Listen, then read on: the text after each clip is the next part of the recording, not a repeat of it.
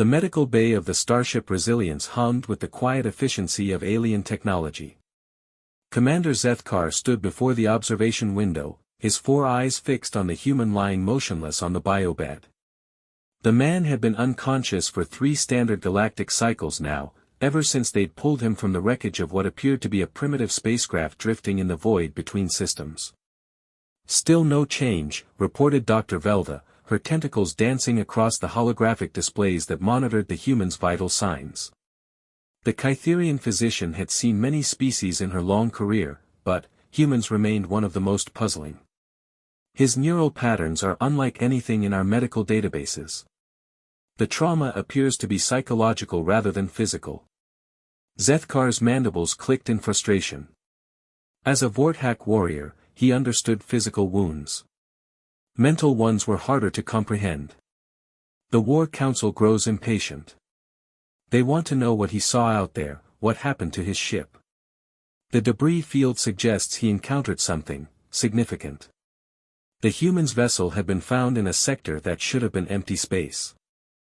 Instead, their sensors had detected the remnants of what appeared to be a massive battle.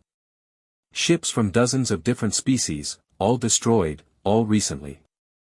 And, in the middle of it all, this single human survivor in a craft that looked like it had been built in a scrapyard.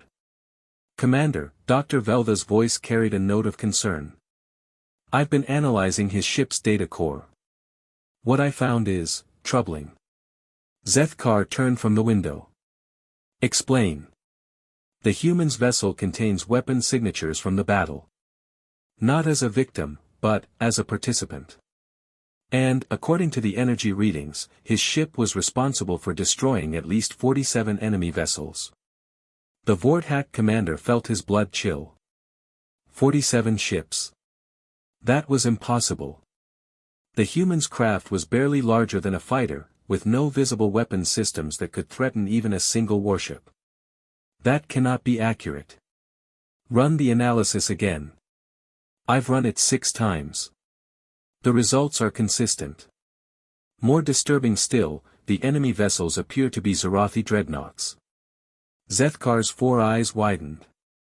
The Zarathi were the most feared military force in the galaxy. Their dreadnoughts were the size of small cities, equipped with weapons that could crack planets. The idea that a single human in a primitive ship could destroy even one was beyond belief. Has he shown any signs of awakening? Brief moments of consciousness, but he seems to slip back into catatonia whenever we try to communicate. It's as if he's retreating from reality itself. Zethkar studied the human more carefully. The being looked fragile compared to most spacefaring species. No natural armor, no redundant organs, no enhanced musculature. Yet something about him had survived an encounter that should have been certain death. What do we know about his species? Dr. Velda accessed her files. Humans are from a world they call Earth, located in what they term the Sol system. They achieved faster-than-light travel only recently by galactic standards. Their technology appears primitive, but... She paused. There are anomalies. What kind of anomalies? Their ship's computers contain mathematical formulas I don't recognize. The metallurgy of their hull shows techniques that shouldn't be possible with their level of advancement. And, there are weapon designs in their database that seem to violate several principles of physics. Before Zethkar could respond, alarms began blaring throughout the medical bay. The human's vital signs spiked dramatically on the monitors. He's awakening, Dr. Velda announced, her tentacles flying across the controls. Neural activity is increasing exponentially. The human's eyes opened slowly. They were a startling blue color that seemed to glow in the medical bay's lighting. When he spoke, his voice was hoarse but steady. Where am I? Dr. Velda activated the universal translator. You're aboard the starship Resilience. You were found in space after what appears to have been a battle.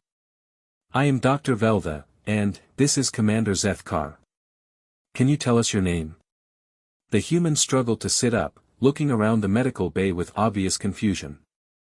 I'm Marcus. Marcus Chen. The battle. His eyes suddenly focused with frightening intensity. Did any of them escape? The Zarathi fleet? You remember the battle? Zethkar stepped closer to the biobed. According to our analysis, you encountered a Zarathi dreadnought fleet. How did you survive? Marcus laughed, but there was no humor in it. Survive? I didn't survive. I won. The two aliens exchanged glances. Dr. Velda checked her readings again. Mr. Chen, our analysis suggests that 47 Zarathi vessels were destroyed in that engagement. Surely you don't claim responsibility for all of them, Marcus interrupted, his blue eyes growing distant. Every last ship. They came to my world, you see. They came to Earth thinking we'd be easy prey. Just another primitive species to add to their collection. Zethkar felt his warrior instincts activate. There was something in the human's tone, something that spoke of terrible power barely contained. What happened to your world? Dr. Velda asked gently. Marcus was quiet for a long moment.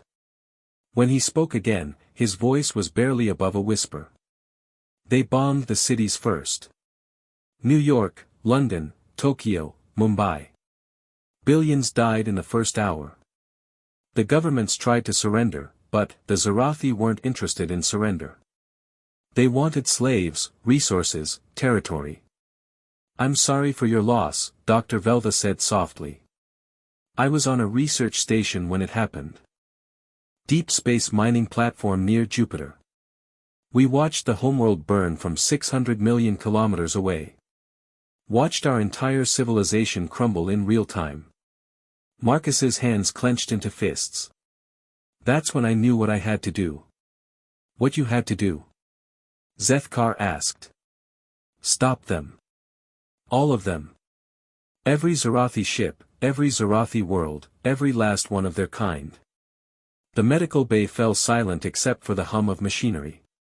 Zethkar had fought many enemies in his career, but he had never heard anyone speak with such cold certainty about genocide.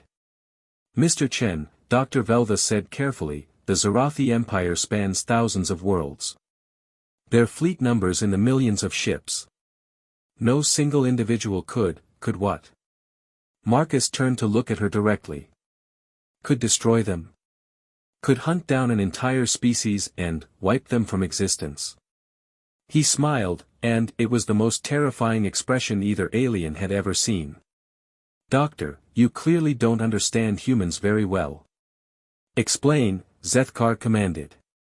Marcus swung his legs over the side of the biobed and stood up slowly. He was taller than either of his rescuers had expected, and there was something about the way he moved that suggested coiled strength. Humans have a saying, hell hath no fury like a woman scorned. But, there's something worse than a scorned woman, Commander. There's a human whose family has been murdered. You're talking about revenge, Dr. Velda observed. I'm talking about justice. The Zarathi made a fundamental mistake when they attacked Earth. They assumed that because our technology appeared primitive, we were weak. They failed to understand that humans don't build weapons to fight wars. We build weapons to end them. Marcus walked to the observation window and stared out into space. My ship wasn't built by any government or military organization. I built it myself, in the asteroid belt, using principles my species discovered centuries ago but never implemented. What principles? Zethkar asked, though he wasn't sure he wanted to know the answer. Have you ever heard of something called a singularity torpedo? Both aliens shook their heads. It's a theoretical weapon that creates a miniature black hole on impact. The theory was developed by human scientists in the early 21st century, but we never built one because the power requirement seemed impossible. Marcus turned back to face them. Seemed being the operative phrase. Dr. Velda's tentacles had gone completely still. You're talking about weaponizing black holes. Not just black holes. Quantum tunneling devices that can phase through any shield. Temporal displacement bombs that age targets 1,000 years in seconds. Antimatter cascade warheads that convert an enemy ship's own hull into explosive energy. Zethkar felt his blood turn cold. These weapons, they're real. They're real, and they work. The Zarathi fleet learned that the hard way. But, the power requirements alone. Dr. Velda protested. Marcus smiled grimly. That's where human ingenuity comes in. We don't just build weapons, Doctor. We build impossible weapons. Weapons that violate the laws of physics, weapons that shouldn't exist, weapons that make other species wake up screaming. You're describing planet-killer technology, Zethkar said slowly. I'm describing Zarathi-killer technology. And, I'm just getting started. The medical bay fell silent again. Dr. Velda ran another scan of Marcus, but, her equipment couldn't detect whatever it was that made him so dangerous. He appeared to be a perfectly ordinary human, but, the evidence suggested otherwise. Mr. Chen, she said finally, what are your intentions now? Marcus walked back to the biobed and, sat down. That depends. Are there more Zarathi fleets out there? Intelligence suggests at least 50 major battle groups, Zethkar admitted. They've been expanding aggressively for the past decade. 50 battle groups. Marcus nodded thoughtfully. That should keep me busy for a while. You can't seriously be planning to hunt down the entire Zarathi Empire single-handedly, Dr. Velda said. Why not? I've got the weapons, I've got the motivation, and, I've got time. Besides, Marcus's expression hardened, they made it personal when they killed my family. My wife Sarah was a teacher. My daughter Emma was 8 years old. They died screaming while the Zarathi watched and, laughed. The raw pain in his voice was almost tangible. Both aliens instinctively stepped back. I made a promise over their graves, Marcus continued. I swore that every Zarathi would pay for what they did. Every single one. Their soldiers, their civilians, their children.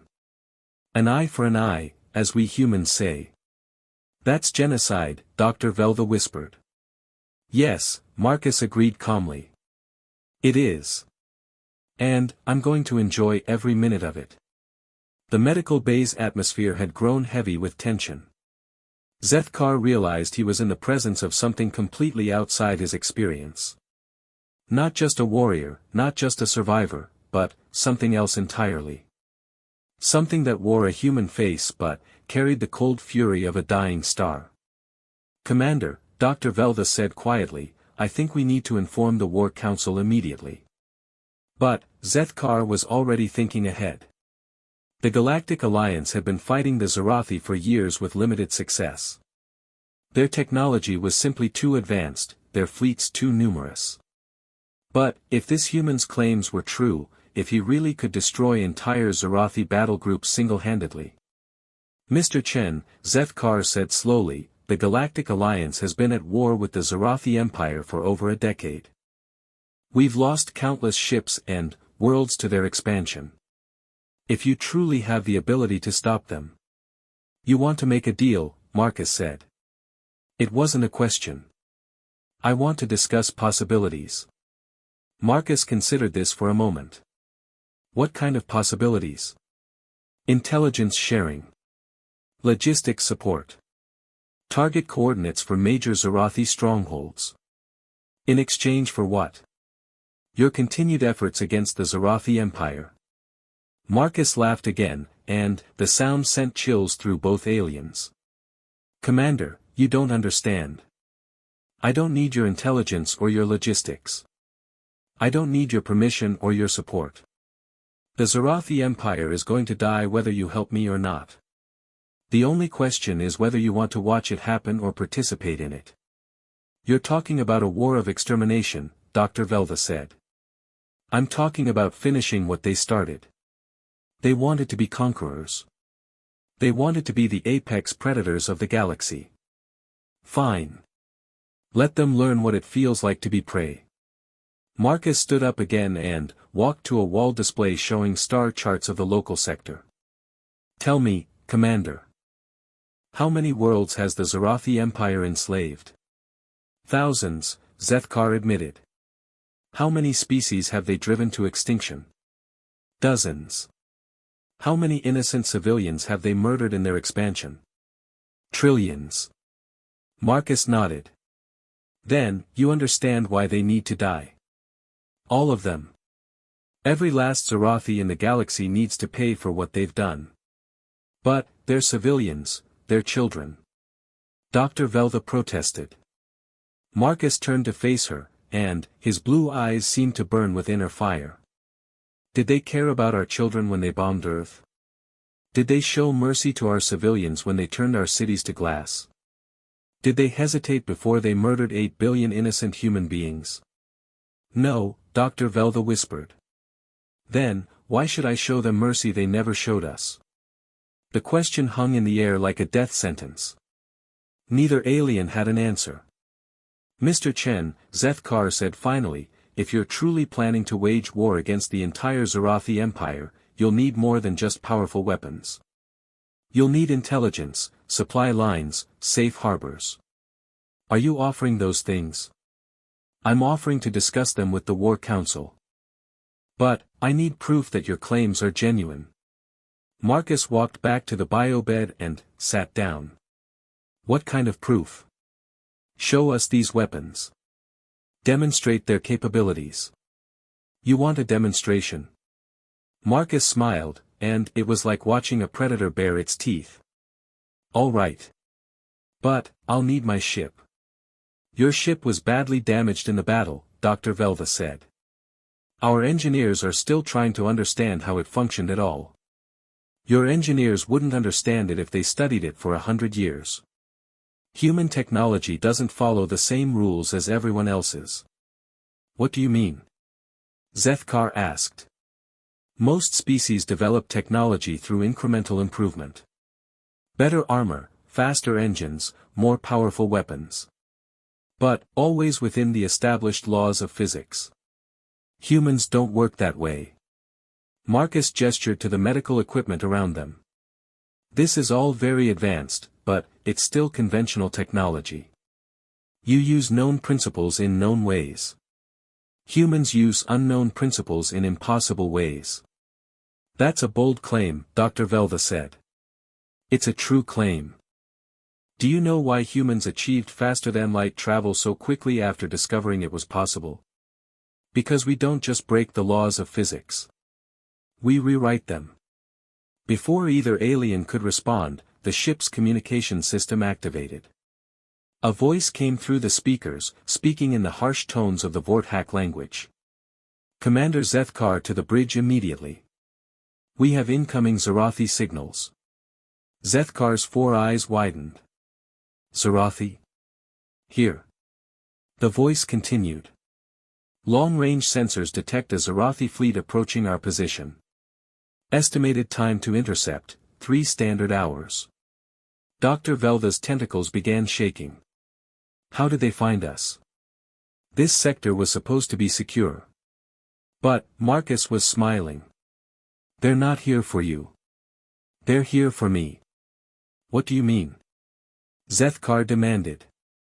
I've been hunting them for months. By now, they know my ship's signature, my tactics, my patterns. They've probably been tracking me since the last engagement. Then, we need to run, Dr. Velda said. Alert the fleet, call for reinforcements. No, Marcus interrupted.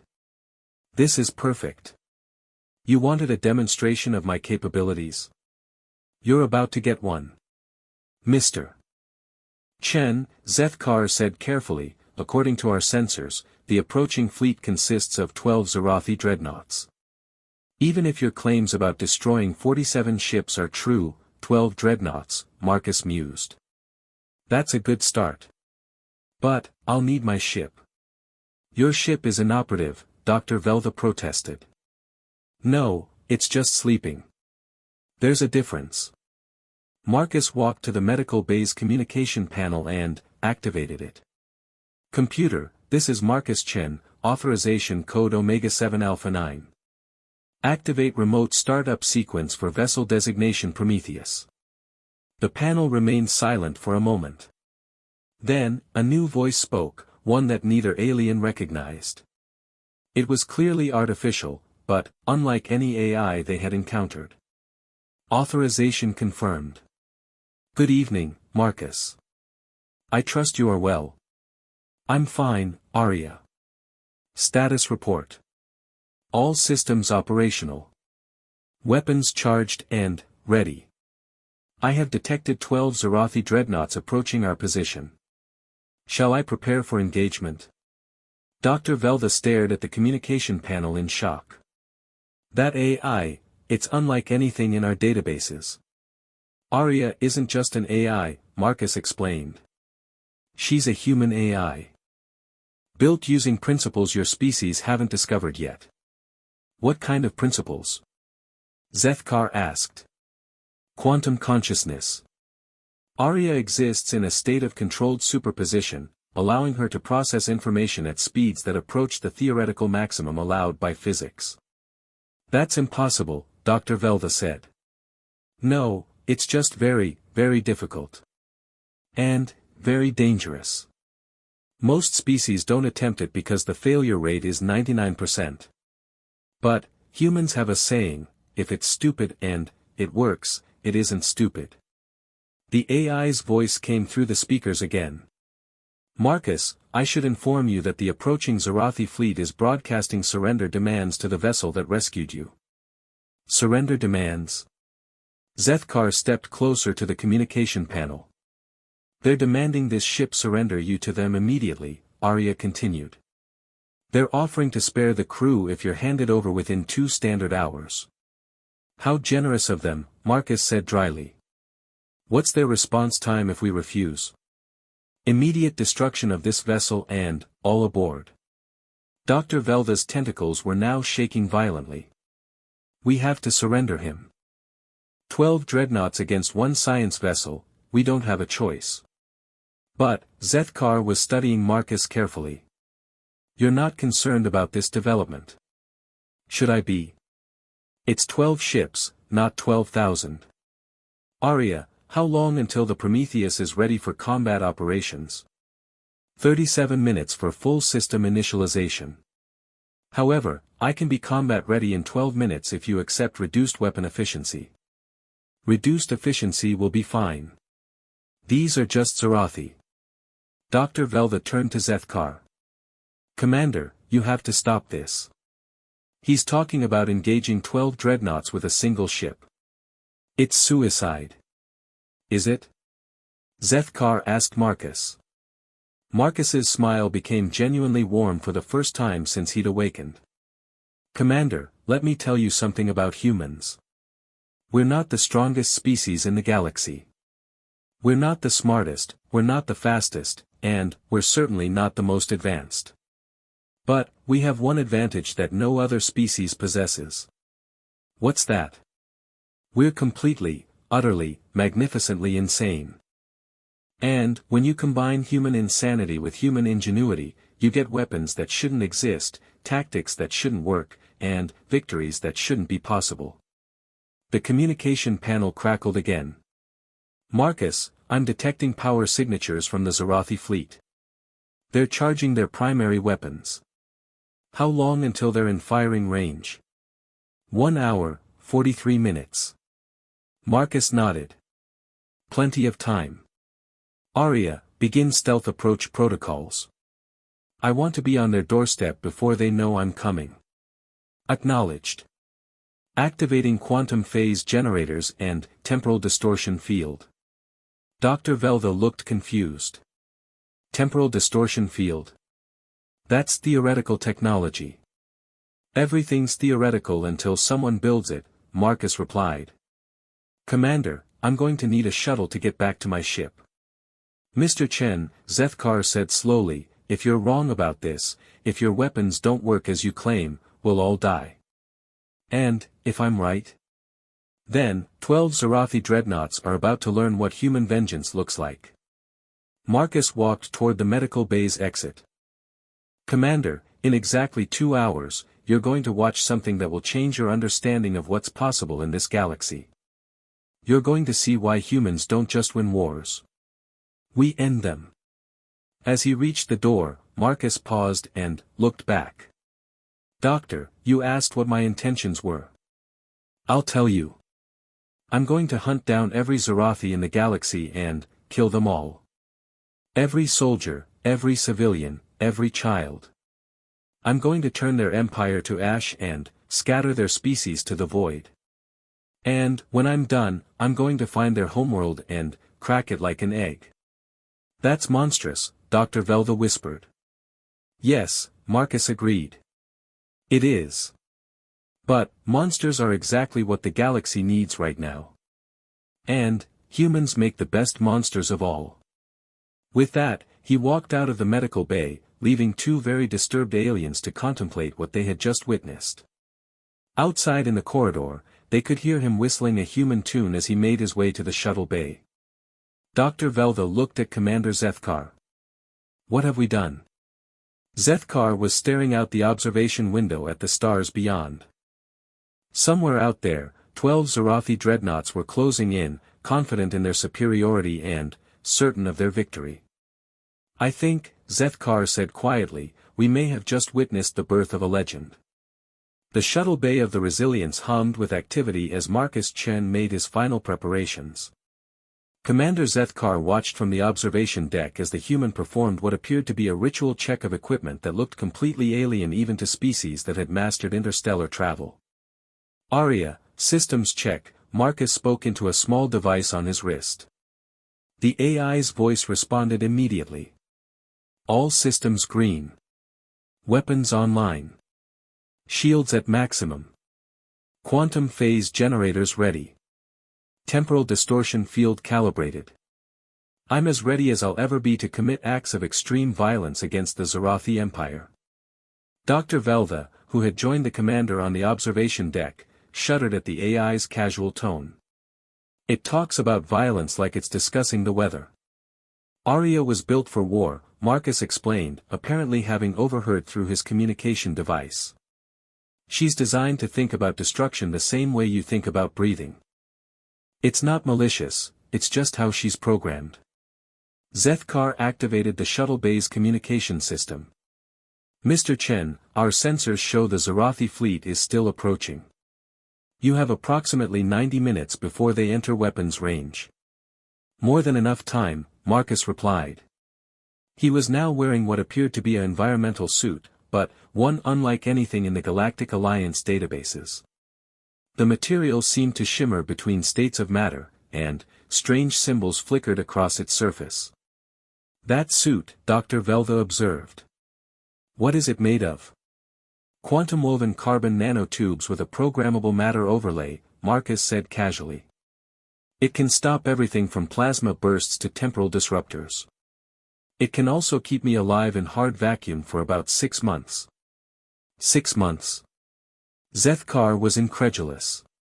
The most advanced environmental suits we know of can sustain life for perhaps 72 hours. Different design philosophy, Marcus explained. Most species build suits to protect against known hazards. Humans build suits to protect against hazards that haven't been invented yet. Marcus finished his equipment check and walked toward the small craft that would take him back to his ship. As he passed the observation window, he looked up at the two aliens watching him. Commander, Doctor, let me ask you something. In your military careers, have you ever seen a weapon that scared its own builders? Both aliens shook their heads. Human weapons scare us. Every single one. We build them anyway, because we understand something that other species don't. Sometimes the only way to protect the innocent is to become the monster that even monsters fear. With that unsettling statement, Marcus boarded the shuttle. Within moments, the small craft was launching from the Resilience and heading toward a region of space that appeared empty to all sensors. Aria, Marcus said as the shuttle flew through the void, what's the status on our guests? The Vorthack commander is fascinating, the AI replied. His psychological profile suggests he's reconsidering everything he thought he knew about warfare. The Kytherian doctor is experiencing what humans would call existential dread. Can't blame her. Most peaceful species have trouble accepting that the galaxy is fundamentally hostile. Indeed. Speaking of hostility, I've been analyzing the approaching Zorathi fleet. It's not just any fleet, Marcus. Marcus frowned. Explain. It's Admiral Thexmore's personal battle group. The same admiral who commanded the Earth bombardment. Marcus went very still. His hands tightened on the shuttle's controls until his knuckles turned white. Are you certain? Biometric analysis confirms his presence aboard the flagship. Energy signatures match the dreadnought that fired the final shots at Earth's population centers. For a long moment, Marcus didn't respond. When he finally spoke, his voice was barely above a whisper. Sarah and Emma died in the New York bombardment. I am aware, Arya said softly. Are you prepared for this encounter? I've been preparing for this encounter since the day they died. How many ships in his battle group?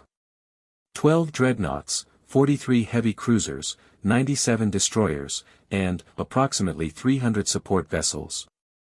Total fleet strength, 552 ships.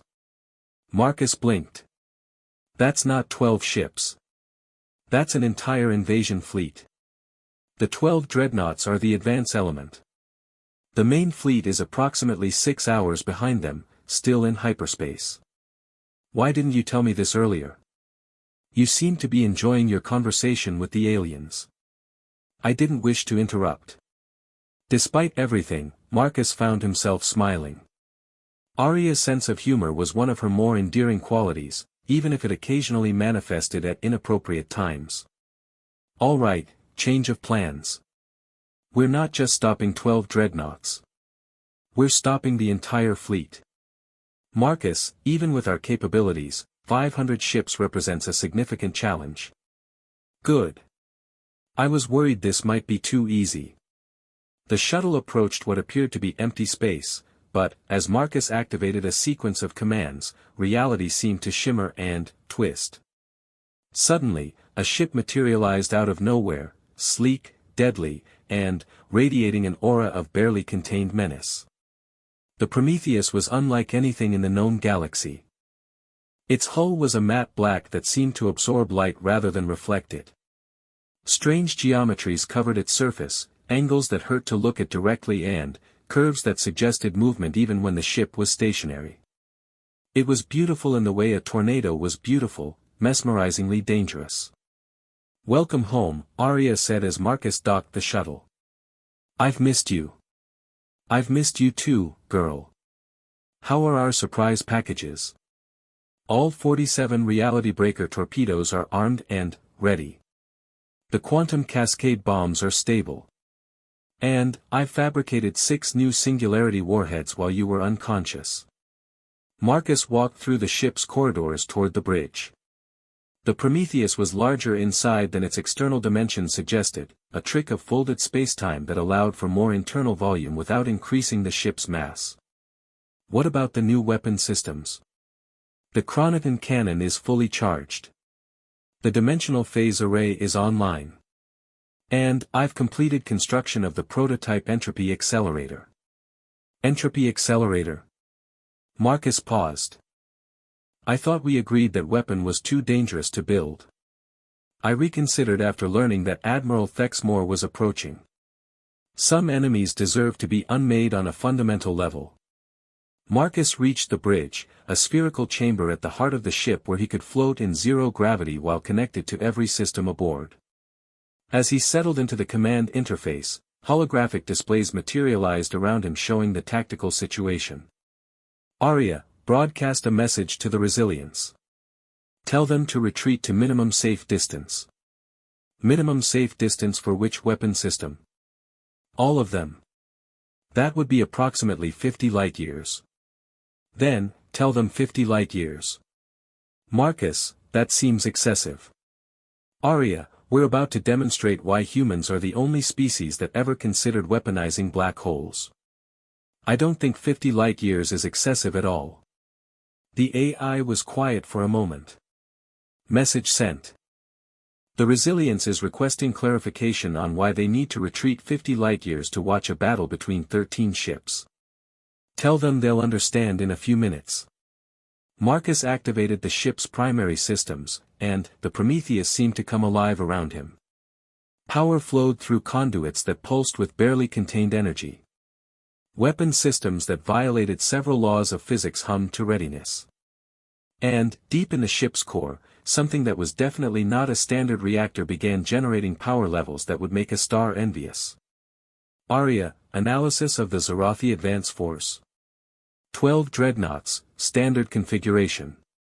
Admiral Thexmore's flagship is the Eternal Conquest, the same vessel that coordinated the Earth bombardment. It's equipped with enhanced shields and carries the Admiral's personal guard of elite warriors. Perfect. We'll save that one for last. What's the engagement plan? Marcus smiled, and the bridge's sensors registered a spike in his adrenaline levels. We're going to introduce the Zarathi to the concept of human creativity. Load quantum tunneling torpedoes into tubes 1 through 20. Charge the singularity cannon. And prep the temporal displacement bombs. Marcus, using temporal weapons in normal spacetime is extremely dangerous. That's what makes it fun. As the Prometheus approached the Zarathi fleet, the enemy ships began to detect its presence. Admiral Thexmore himself appeared on the main display, his reptilian features twisted into what passed for a sneer among his species. Human, the Admiral hissed. You have caused considerable inconvenience to the Empire. Surrender now, and your death will be quick. Marcus studied the alien that had ordered the destruction of his world. Admiral Thexmore was larger than most Zarathi, his scales bearing the scars of a dozen campaigns. His eyes held the cold intelligence of a predator, and his posture radiated absolute confidence in his superiority. Admiral, Marcus said calmly, do you remember Earth? The primitive world we cleansed? Of course. It was a necessary demonstration of imperial power. 8 billion people lived on that world. They had families, dreams, hopes for the future. You murdered them all. They were inferior beings. Their deaths served the greater glory of the Empire. Marcus nodded slowly. I see. And, tell me, Admiral, do you have a family? I have offspring, yes. 3 sons who serve in the Imperial fleet. Where are they now? They command vessels in the main fleet. Why do you ask? Because I wanted you to know that they're going to die today. Along with you, along with every Zarathi in your fleet, and, eventually along with every Zarathi in the galaxy. Admiral Thexmore's laugh was like grinding metal. You are one ship facing 500. Your bravado is admirable but pointless. One ship, Marcus agreed. But, Admiral, you've never faced a human ship before. Without warning, the Prometheus vanished from Zarathi sensors. One moment it was there, the next it had simply ceased to exist. What happened? Admiral Thexmore demanded of his crew. Where did it go? Unknown, Admiral, his sensor operator replied. All readings negative. It's as if the ship never existed. That's impossible. Find it. But, the Prometheus hadn't gone anywhere. It had simply stepped slightly out of phase with normal spacetime, using quantum uncertainty principles to exist in a state where it was simultaneously present and absent until observation collapsed the wave function. Phase cloaking is active, Aria reported to Marcus. We are effectively invisible to all known sensor types. Excellent. Begin the demonstration. Fire quantum tunneling torpedoes at targets 1 through 12. 20 streaks of impossible light erupted from the Prometheus and raced toward the Zarathi fleet. The torpedoes appeared to be moving at sublight speeds, easily trackable by enemy sensors. Incoming torpedoes, the Zarathi sensor operator reported. Intercepting. The Zarathi point defense systems opened fire, destroying the incoming torpedoes with ease. Admiral Thexmore sneered at the tactical display. Pathetic. Is this the best human technology can achieve? But, as the last torpedo was destroyed, something impossible happened. 12 new torpedoes suddenly materialized inside the Zarathi ships, having quantum tunneled through the holes without interacting with matter in normal space. The explosions that followed were unlike anything in the Zarathi experience. Instead of simple matter-antimatter reactions, the quantum tunneling torpedoes released cascade failures in the strong nuclear force that held atomic nuclei together. Each torpedo essentially convinced a significant portion of a ship's mass that it no longer needed to exist as matter. 12 Zarathi dreadnoughts simply disintegrated, their atoms coming apart at the subatomic level. The effect was so thorough that even their debris field ceased to exist on a molecular level. Admiral Thexmore stared at his tactical display in shock. 12 of the most powerful warships in the galaxy had been destroyed in the span of 6 seconds by weapons that had appeared to pose no threat whatsoever. "How?" he whispered. The Prometheus shimmered back into normal spacetime directly in front of the Admiral's flagship. Marcus's voice came through the communication system with terrifying calm. "That was a demonstration, Admiral. Would you like to see what happens when I stop being gentle?" "Impossible," Admiral Thexmore snarled. "No single ship could, Admiral," Marcus interrupted. "Let me explain something about human weapons design. Most species build weapons to destroy targets efficiently. We build weapons to make our enemies wish they had never been born. Empty threats. You have destroyed 12 ships. I have 500 more. And, I have weapons you can't imagine. Arya, bring the main fleet out of hyperspace early." "Manipulating hyperspace currents now," the AI responded. "Fleet exit in 30 seconds. Admiral Thexmore felt a chill run through his scales. "That's impossible. No one can manipulate hyperspace from normal space. No one except humans. You see, Admiral, we don't just break the laws of physics. We rewrite them entirely." The space around the battlefield suddenly erupted with new contacts as nearly 500 Zarathi ships were forcibly ejected from hyperspace by the Prometheus's hyperspace manipulators. "Excellent," Marcus said, studying the tactical display. "Now I can kill them all at once." Admiral Thexmore was beginning to understand that he was facing something completely outside his experience. But, pride and arrogance prevented him from accepting the reality of his situation. "All ships, open fire. Concentrate everything on that vessel." 500 Zarathi ships opened fire simultaneously. The combined energy output was enough to sterilize a planet. Plasma beams, particle cannons, fusion missiles, and gravitational crushers all converged on the Prometheus. The human ship vanished in a sphere of pure destruction that briefly outshone the local star. "Target destroyed," the Zarathi sensor operator reported. But, even as the words left his mouth, the sphere of destruction began to collapse in on itself, sucked into what appeared to be a miniature black hole. And, when the light faded, the Prometheus remained exactly where it had been, completely undamaged. "Temporal shields are quite useful," Marcus observed casually. "The entire attack was redirected to a point in time approximately 3 seconds before you fired, creating a closed causal loop that prevented the weapons from ever reaching us." Admiral Thexmore felt something he had never experienced in his long military career, genuine fear. "What are you?" he whispered. "I'm a human," Marcus replied. "And, humans, Admiral, are what happens when evolution gets creative. We're not the strongest or the fastest or the most advanced species in the galaxy. But, we are the most dangerous, because we're the only species that builds weapons specifically to fight wars that shouldn't be winnable. This is impossible. Your ship is too small to mount such defenses. Size is relative, Admiral. The Prometheus exists in folded spacetime. Its internal dimensions are approximately 50 times larger than its external appearance would suggest. This allows us to mount weapons that most species would consider planet killers on a ship that appears to be a simple fighter craft." Admiral Thexmore was desperately trying to process what he was witnessing. His fleet had just delivered enough firepower to destroy a moon, and it had been casually deflected by a single enemy vessel. Arya, Marcus said, I think it's time to demonstrate the Chronoton cannon. Are you certain? That weapon system has never been tested in actual combat. All the better. I want the Admiral to be our first test subject. Very well. Chronoton cannon charging. Target lock acquired. What is a Chronoton cannon? Admiral Thexmore demanded. It's a weapon that shoots time, Marcus explained helpfully.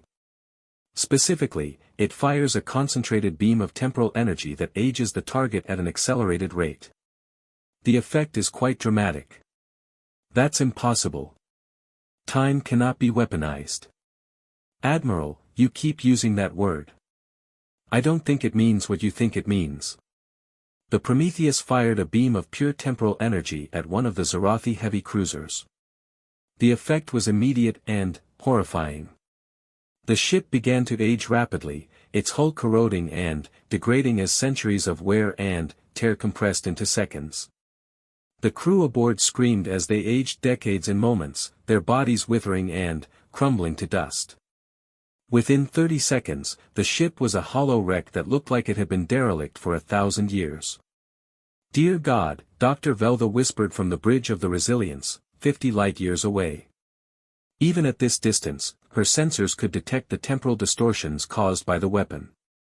Commander Zethkar was studying the energy readings with disbelief. The power requirements for such a weapon should be astronomical. How is a single ship generating that much energy?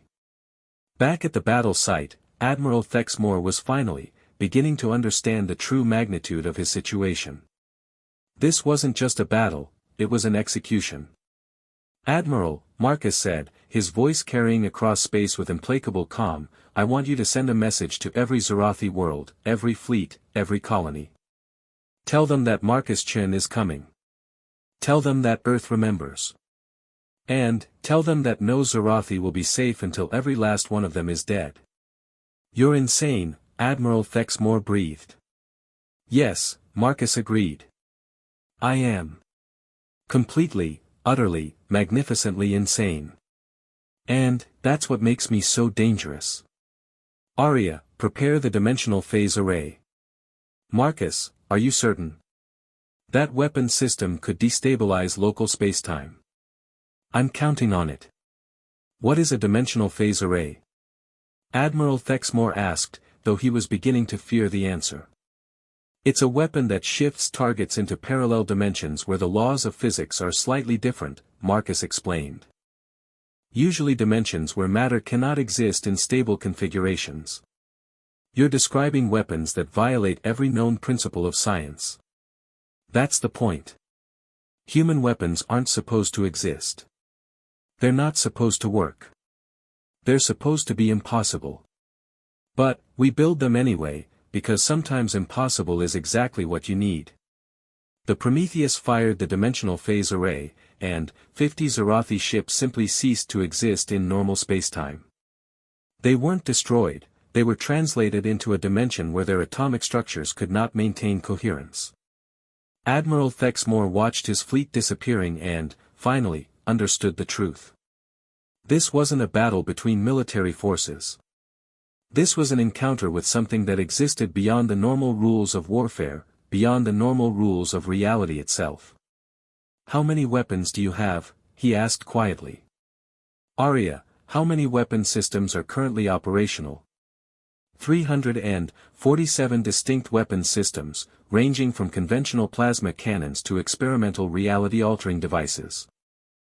I am also equipped with manufacturing capabilities that allow me to design and build new weapon systems in real time as tactical situations develop.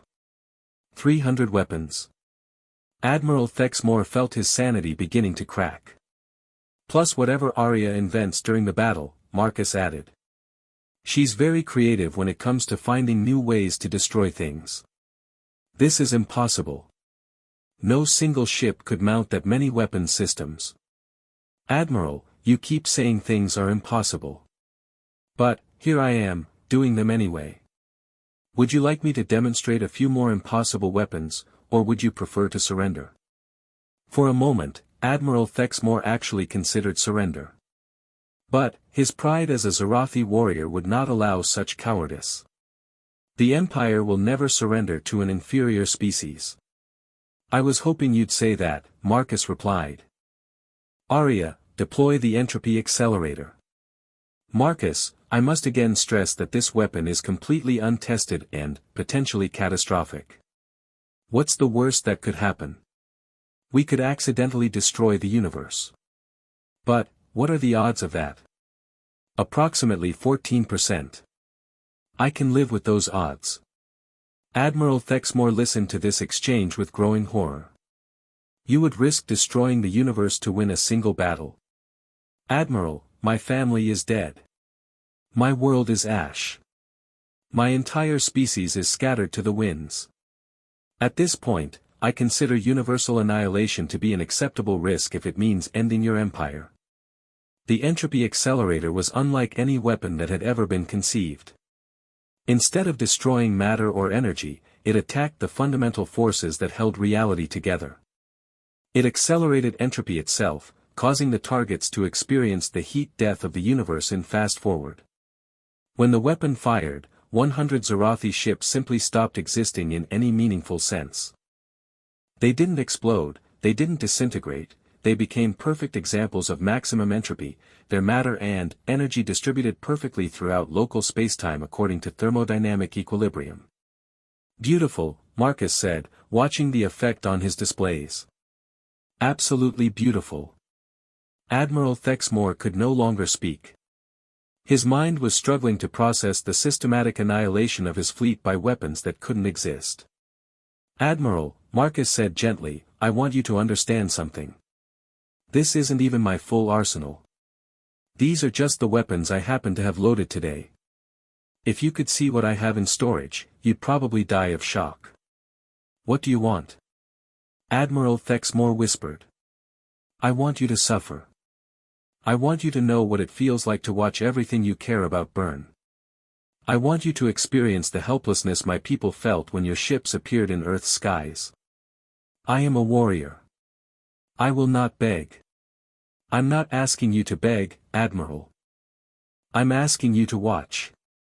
Marcus targeted the remaining Zarathi ships with a weapon Arya had just finished designing, a device that converted matter directly into pure pain, somehow managing to cause agony to exist as a fundamental force rather than a sensory experience. The screams of 300 ships full of Zarathi warriors echoed across subspace as they experienced suffering beyond description. Not physical pain, but existential anguish that bypassed their nervous systems entirely and attacked their consciousness directly. Stop, Admiral Thexmore begged. Please, stop this. Did you stop when the people of Earth begged? Marcus asked. Did you show mercy when children cried for their parents? Did you hesitate when you turned 8 billion people into ash? No, the Admiral whispered. Then, why should I stop now?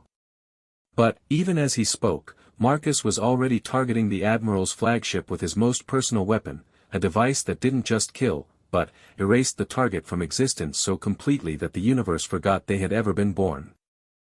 Admiral, Marcus said, his voice filled with cold satisfaction, give my regards to oblivion.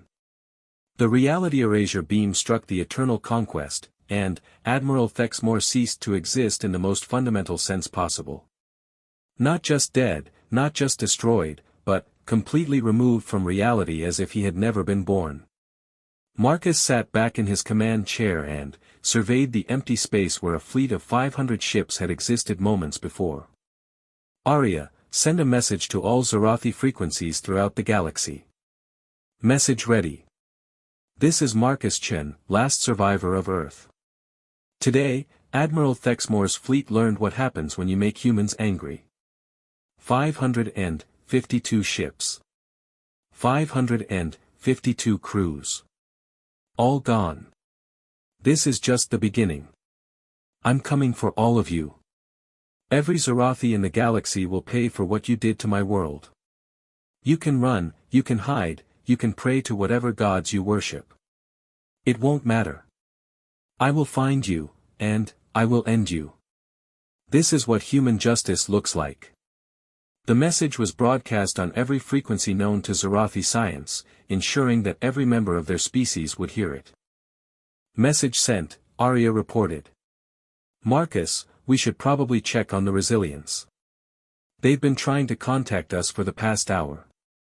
Put them through. Commander Zethkar's voice came through the communication system, filled with awe and terror in equal measure. Mr. Chen, what did we just witness? You witnessed the difference between warfare and extermination, Marcus replied. You witnessed what happens when humans stop trying to fight fair and start fighting to win. The energy readings we detected, some of those weapons shouldn't be possible. Commander, I'm going to share something with you that might help you understand human technology. Most species develop weapons by improving what already exists. Better armor, faster missiles, more powerful reactors. But, humans don't improve weapons. We invent entirely new categories of destruction. How is that possible? Because we're not trying to win wars, Commander. We're trying to end them. Permanently. Dr. Velda's voice joined the conversation. Mr. Chen, the weapons you use today, they're not just advanced. Some of them appear to violate basic laws of physics. That's because they do. Human science isn't about understanding the universe, Doctor. It's about making the universe do what we want, whether it likes it or not. But, the risks, that entropy accelerator could have destroyed everything. Yes, it could have. And, if it had been necessary to destroy the universe to stop the Zarathi, I would have done it without hesitation. That's what you need to understand about humans. We don't just fight to win. We fight to ensure that our enemies never threaten anyone ever again. There was a long silence on the communication channel. Finally, Commander Zethkar spoke again. What happens now? Now. Now I hunt down every remaining Zarathi in the galaxy and kill them all. Every soldier, every civilian, every child. The Zarathi Empire ends today. That's genocide. Yes, Marcus agreed calmly. It is. And, after what they did to Earth, they've earned every bit of it. As the Prometheus began moving toward the next star system on Marcus's list, Arya spoke quietly. Marcus, I've been analyzing the psychological profiles of the aliens on the Resilience. They're terrified of you. Good. Fear is a useful emotion. It keeps people honest. They're also fascinated. I believe we may have just created the first generation of alien military theorists who will spend their careers trying to understand human warfare. Let them try. They'll never understand it completely. Why not? Marcus smiled grimly as he plotted a course for the next Zarathi stronghold. Because to truly understand human warfare, you have to be willing to become a monster. And, most species aren't prepared to make that sacrifice. The Prometheus jumped to hyperspace, leaving behind a debris field that would puzzle xenoarchaeologists for centuries and a legend that would reshape galactic civilization's understanding of what was possible in warfare. But, more than that, it left behind the first chapter in a story that would end with the complete extinction of the Zarathi Empire and establish humanity as the galaxy's most feared military force. Marcus Chen was no longer just a survivor seeking revenge. He had become something far more dangerous, a human at war with an entire species. And, humans, as the galaxy was about to learn, were very, very good at war. The Zarathi homeworld of Krothvex had stood unconquered for over 3,000 years. Its orbital defense networks could stop entire fleets. Its planetary shields could deflect planet-killer weapons. Its population of 40 billion Zarathi considered themselves the supreme military force in the galaxy. That confidence lasted exactly 47 minutes after Marcus Chen arrived in the system. The Prometheus emerged from hyperspace at the edge of the Krothvex system, immediately detected by the massive sensor arrays that monitored every approach to the homeworld. Within seconds, alerts were streaming across every military frequency. Unknown vessel detected at system perimeter, the duty officer reported to Fleet Admiral Kekstar, Supreme Commander of Homeworld Defense. Configuration matches intelligence reports on the human vessel responsible for recent fleet losses. Admiral Kexthar studied the tactical display with 4 cold eyes. A single ship, no larger than a heavy fighter, had just entered a system defended by over 2,000 warships and more firepower than most species possessed in their entire navies. One ship, the Admiral mused. The human thinks he can challenge the homeworld itself. Sir, intelligence reports indicate this vessel has destroyed over 3,000 ships in the past 6 months. Perhaps we should. Enough, Admiral Kexthar snapped. I care nothing for rumors and propaganda. Ready all defensive fleets. We will make an example of this human that will echo throughout the galaxy. But, even as he gave the order, Marcus was already implementing a strategy that would redefine the meaning of asymmetric warfare. Arya, he said calmly, analysis of the Zorathi homeworld defenses? Extensive, the AI replied. 2,437 warships in various defensive formations. 17,000 orbital defense platforms. 63 moon-sized battle stations. And, a planetary shield generator that could withstand the combined firepower of most galactic navies. Impressive. How long would it take to break through conventionally? Assuming standard weapons and tactics, approximately never. The Zorathi have built the most heavily defended world in known space. Good thing we don't use standard weapons or tactics. Deploy the reality anchor mines. Marcus, I should point out that reality anchor mines are still theoretical weapons. We've never tested them in actual combat. Every weapon starts as theoretical. That's what makes human engineering so exciting. The Prometheus released a cloud of what appeared to be space dust, thousands of microscopic devices that dispersed throughout the system at sublight speeds. To Zorathi sensors, they were completely invisible, dismissed as cosmic debris if detected at all. But, each mode of dust was actually a quantum entanglement device that would lock local spacetime into a specific configuration, preventing the use of certain technologies including faster-than-light travel, dimensional shifts, and temporal manipulation. Mines deployed, Arya reported. Local spacetime is now stabilized. The Zorathi fleet cannot escape to hyperspace. Excellent. Now they can't run away when things get interesting. Admiral Kexthar was growing impatient as his massive fleet slowly moved into attack formation. The human ship had made no aggressive moves, simply sitting at the edge of the system as if waiting for something. What is it doing? He demanded. Unknown, sir. The vessel appears to be scanning our defensive networks. Let it scan. It will learn the futility of challenging the homeworld before it dies. But, Marcus wasn't scanning the defenses. He was analyzing something far more fundamental, the basic structure of spacetime around the Zorathi homeworld. Arya, the gravitational resonance patterns around Krothvex are fascinating. Indeed. The planet's unusual core composition creates some very interesting possibilities for creative destruction. My thoughts exactly.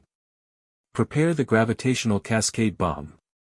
Marcus, that weapon exists only as a theoretical model. We haven't even built a prototype. Then, build one now. You have 17 minutes. 17 minutes to construct a weapon that could theoretically crack a planet's core. That seems optimistic. Arya, you're a human AI. Optimism is what we do best. While the AI began the impossible task of constructing a planet-killer weapon in real time, Marcus opened a communication channel to the Zorathi homeworld. This is Marcus Chen calling Admiral Kexthar. I believe we need to discuss terms. The Admiral's reptilian face appeared on the main display, sneering with typical Zorathi arrogance. Human, you will surrender immediately or face annihilation. I'm afraid that's not why I'm calling. I'm here to offer you a choice. You offer me nothing. You are one ship against the greatest military force in galactic history.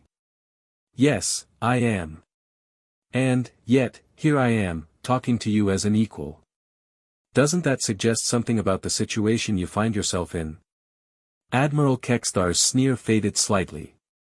Reports of this human's capabilities had been filtering in for months, each more unbelievable than the last. What choice? He asked reluctantly. Simple. Evacuate your homeworld completely, every Zarathi civilian, every non-combatant, every child, and I'll limit myself to destroying your military forces. Refuse, and I'll crack your planet like an egg and let everyone die together. You cannot threaten the homeworld. Your defenses are impressive, Marcus agreed. But, they're designed to stop conventional attacks. I don't use conventional attacks. Impossible. No single weapon could threaten a planet through our shields.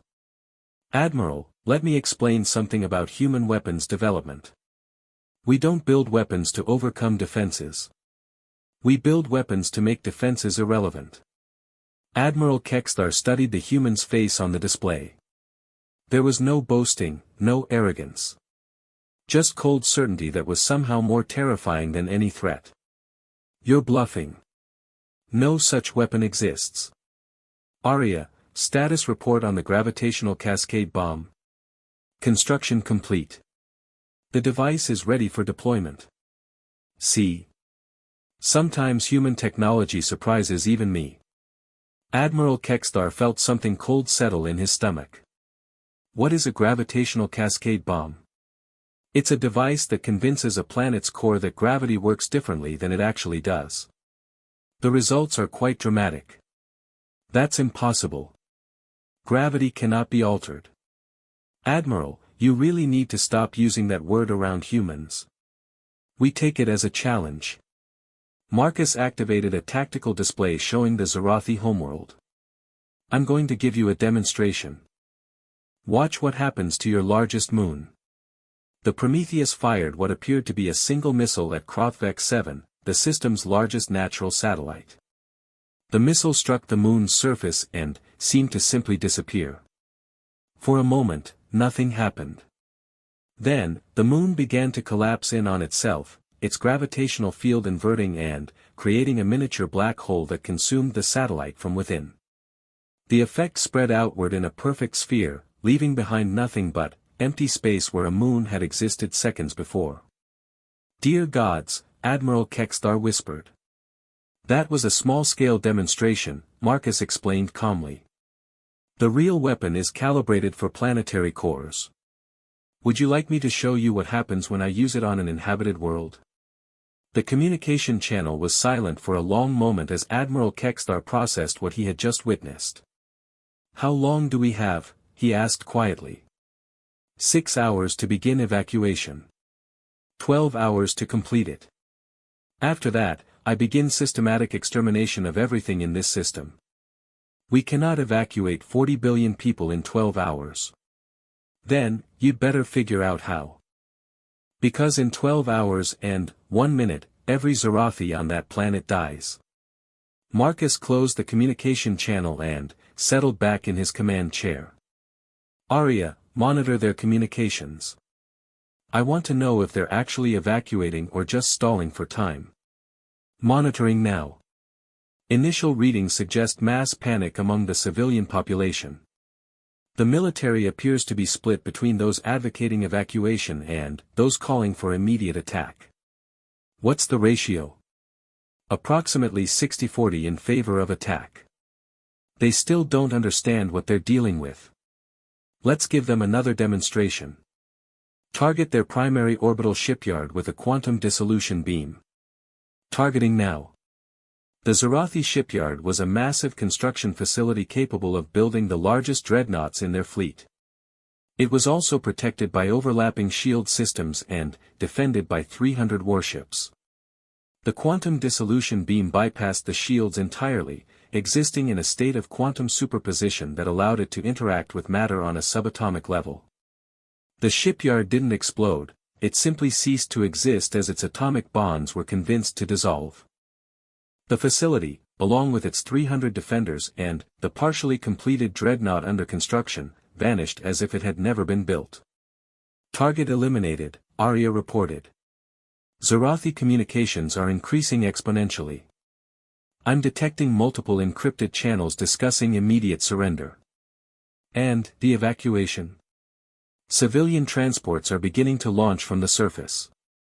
Current evacuation rate suggests they might actually meet your deadline. Marcus nodded with satisfaction. Fear was an excellent motivator, especially when it was well-founded. But, Admiral Kekstar was not ready to surrender. Against the advice of his staff, he activated the homeworld's ultimate defense, a weapon that the Zarathi had never used because they considered it too dangerous. The planetary core tap was designed to drain energy directly from Krothvex's molten core, providing enough power to fuel weapons that could sterilize entire star systems. It was their final option, their ultimate deterrent, their last resort. Sir, his chief engineer protested, the core tap has never been tested at full power. The energy release could destabilize the planet's magnetic field. The human leaves us no choice, Admiral Kekstar replied. Activate the weapon.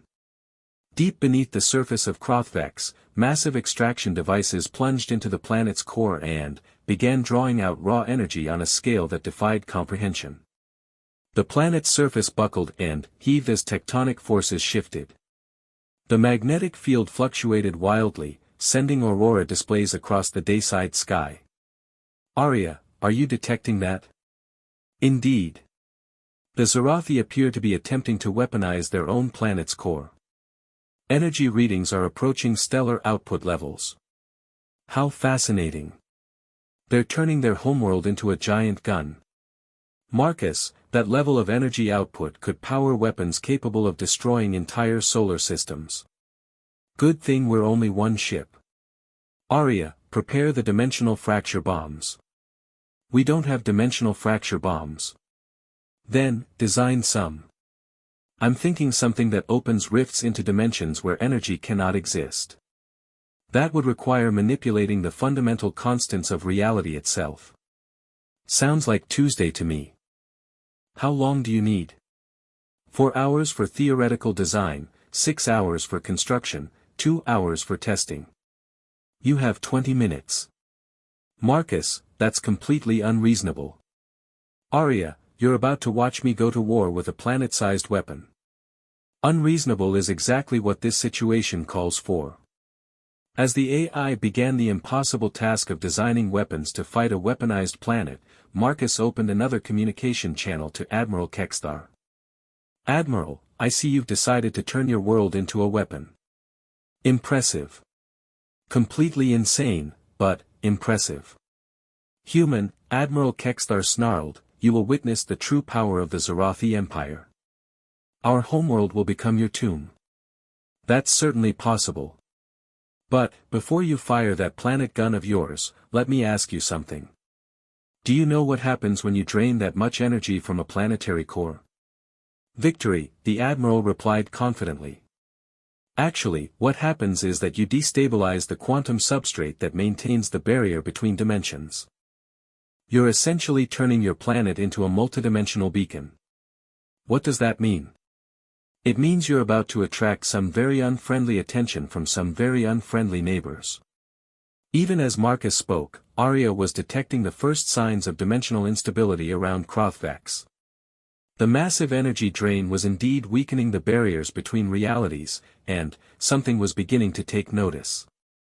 Marcus, I'm detecting extra-dimensional entities converging on this location. They appear to be drawn to the energy signature. What kind of entities? Unknown. They exist in 11 dimensions and seem to be composed of pure malevolence. I believe the Zarathi have accidentally summoned what humans might term demons. Marcus smiled grimly. Well, that's unfortunate for them. The first of the entities began manifesting in normal spacetime around Krothvex. They were creatures of impossible geometry and infinite hunger, drawn by the massive energy release from the planetary core tap. Admiral Kekstar watched in horror as his sensors detected beings that shouldn't exist tearing through the fabric of reality itself. What have we done? He whispered. You've learned why most species don't weaponize their planets, Marcus replied helpfully. Turns out that massive energy manipulation tends to attract things from the spaces between dimensions. Things that view entire civilizations as light snacks. How do we stop them? You don't. But, I can. What do you want? Complete surrender of all Zarathi forces. Evacuation of this planet. And, the location of every other Zarathi world so I can finish what I started. Admiral Kekstar watched as the dimensional entities began tearing apart his outer defense perimeter. Ships simply vanished as the creatures fed on their energy. Orbital platforms were consumed by beings that existed in more dimensions than Zarathi science could measure. If I give you this information, you'll stop them? I'll stop them. Then, I'll finish evacuating your civilians. Then, I'll hunt down the rest of your species and kill them all. Why would you help our civilians? Because I'm not like you. I don't kill innocents for the fun of it. Admiral Kekstar made the hardest decision of his military career. I accept your terms. Arya, dimensional fracture bombs ready. Dimensional fracture bombs constructed and deployed. I must note that this was completely impossible, even by human standards. The best kind of impossible. Target the dimensional entities with everything we have. The Prometheus opened fire with weapons that existed in multiple dimensions simultaneously. Reality fractured around the extra-dimensional entities as the dimensional fracture bombs created rifts that led to universes where their kind could not exist. One by one, the entities were banished back to whatever nightmare realm they had emerged from. But, not before they had consumed most of the Zarathi defensive fleet. Entities banished, Arya reported. Dimensional barriers restored. The immediate crisis has passed. Marcus opened a communication channel to the planet's surface. Attention Zarathi civilians. This is Marcus Chen. You have 6 hours to evacuate your homeworld completely. Transport ships are being provided. This is not negotiable. But, our homes, came a response from the surface. Our culture, our history, will be preserved in memory if you leave now. Will be ash if you remain. Choose quickly. As massive evacuation transports began landing on Krothvex, Marcus received an unexpected communication from an entirely different source. Unknown vessel, this is Captain Zara Okafor of the Earth Defense Force ship Retribution. Please identify yourself. Marcus nearly fell out of his command chair. EDF. But, Earth was destroyed, yes. But, not all of us were on Earth when it happened. We've been tracking Zarathi fleet movements for months, following the trail of destruction. We thought we were the only survivors until we detected your energy signatures. How many of you are there?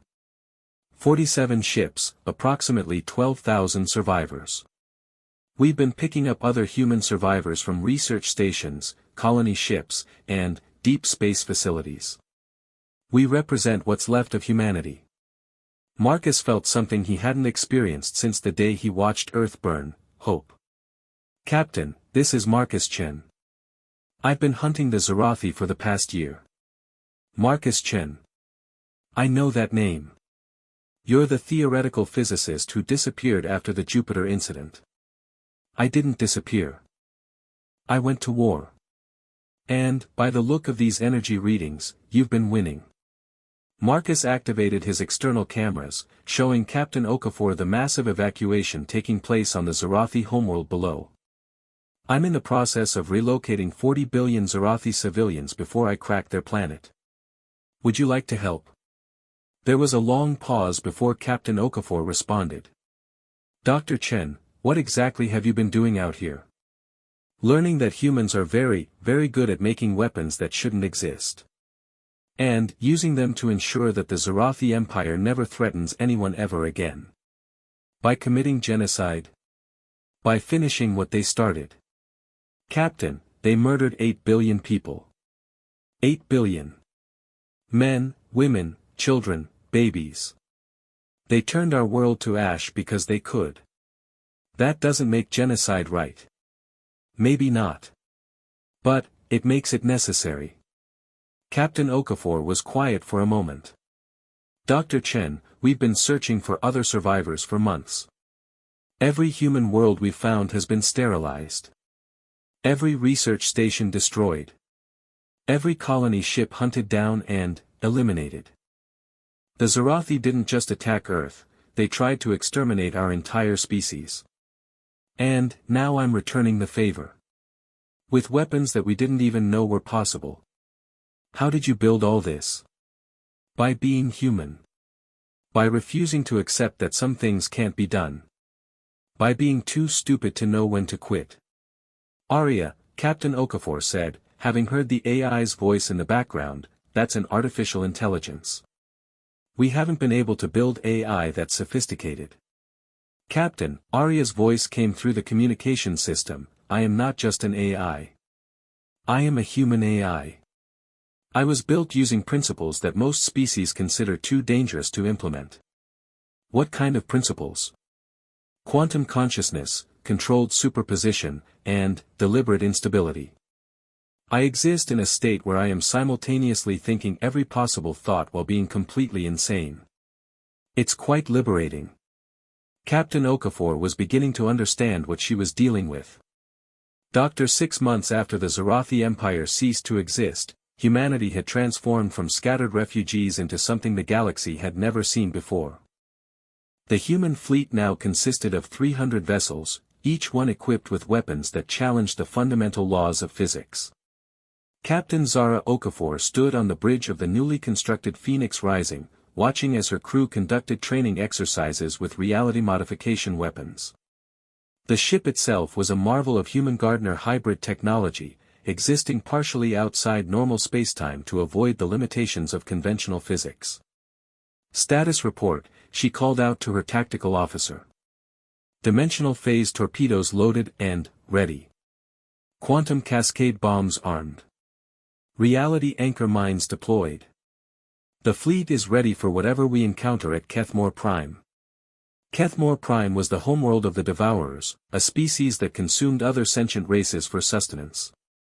According to Gardner intelligence, they had enslaved over 40 species and were preparing to expand their feeding operations to include the core worlds of the Galactic Alliance.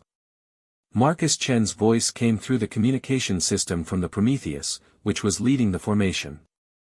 Captain Okafor, are your people ready for this?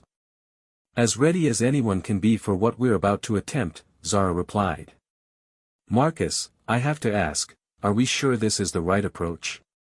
The Devourers have consumed the populations of 17 worlds in the past year alone.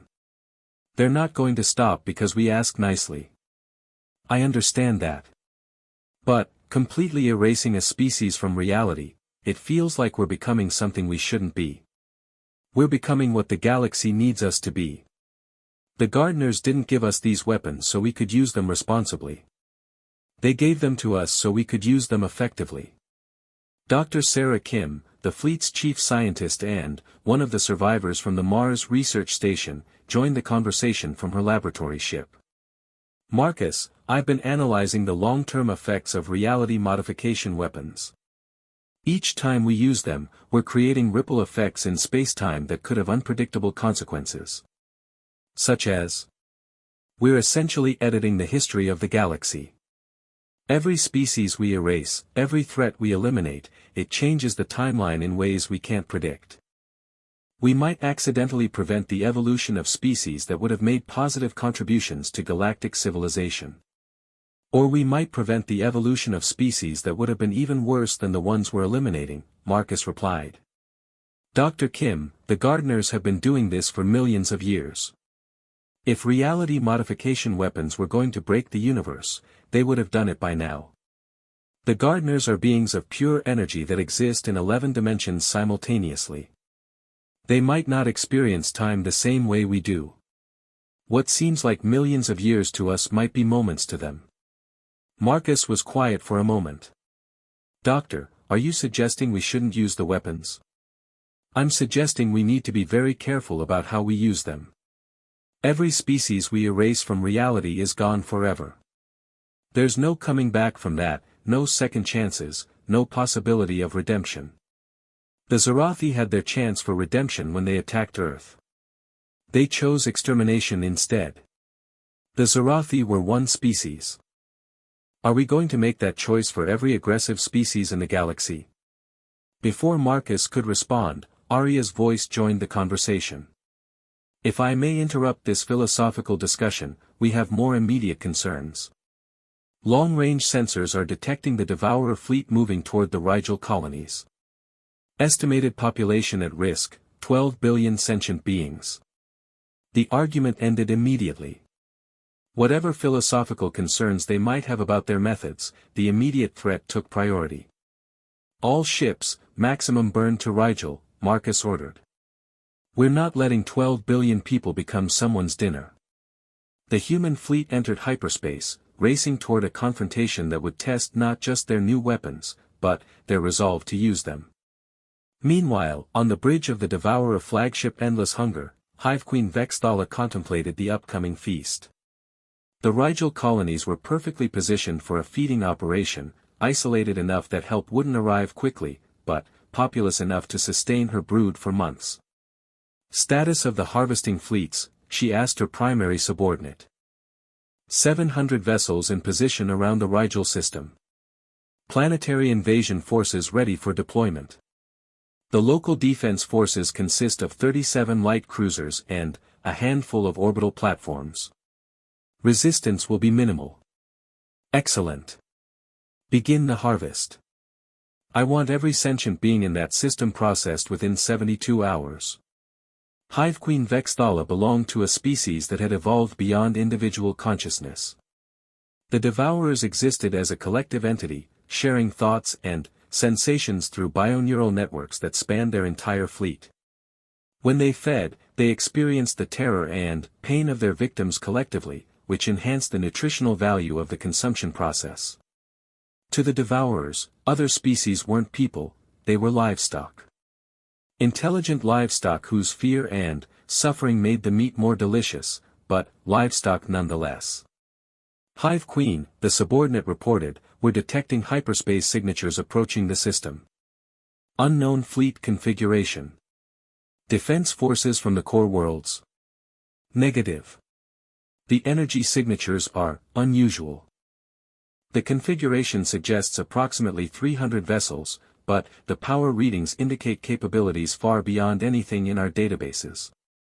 Hive Queen Vexthala felt a flutter of concern through the collective consciousness. The Devourers had survived for millennia by being careful about choosing their targets. They avoided conflicts with species that might pose a genuine threat. Analysis of the approaching fleet. Unknown technology. Some of the energy signatures appear to violate known physics. Recommend caution. Begin defensive formations. But do not abandon the harvest. If these newcomers want to interfere, they will learn the price of opposing the collective. The Devourer fleet moved into defensive positions around the Rigel system, their bioships forming complex patterns that maximized their ability to share shield strength and coordinate attacks through the collective consciousness. When the human fleet emerged from hyperspace, the first thing that struck the Devourers was how small it appeared. 300 ships against 700 should have been no contest. The second thing that struck them was the complete impossibility of the energy readings their sensors were detecting. Hive Queen, the subordinate reported with obvious distress, the lead vessel appears to be generating power levels equivalent to a small star. This should not be possible for a ship of that size. Scan for weapon systems. Unable to complete scan. The vessels exist in a state of quantum superposition that makes detailed analysis impossible. However, preliminary readings suggest weapon systems that operate outside normal spacetime. Hive Queen Vexthala made a decision that would seal the fate of her entire species. Open a communication channel. We will negotiate. The response came immediately. This is Marcus Chen, commanding the human fleet. You have 60 seconds to withdraw from this system and release any prisoners you've already taken. Human, Hive Queen Vexthala replied, her voice carrying the weight of the collective consciousness, you do not understand what you are facing. We are the Devourers. We have consumed 1,000 worlds. Your small fleet cannot threaten us. I'm afraid you're wrong about that. You have 50 seconds to comply. Impossible. We are 700 ships. You are 300. The mathematics of warfare favor us. The mathematics of conventional warfare, maybe. But, we don't fight conventional wars. Hive Queen Vexthala studied the tactical display. The human ships were maintaining position at the edge of the system, making no aggressive moves. Perhaps they were bluffing.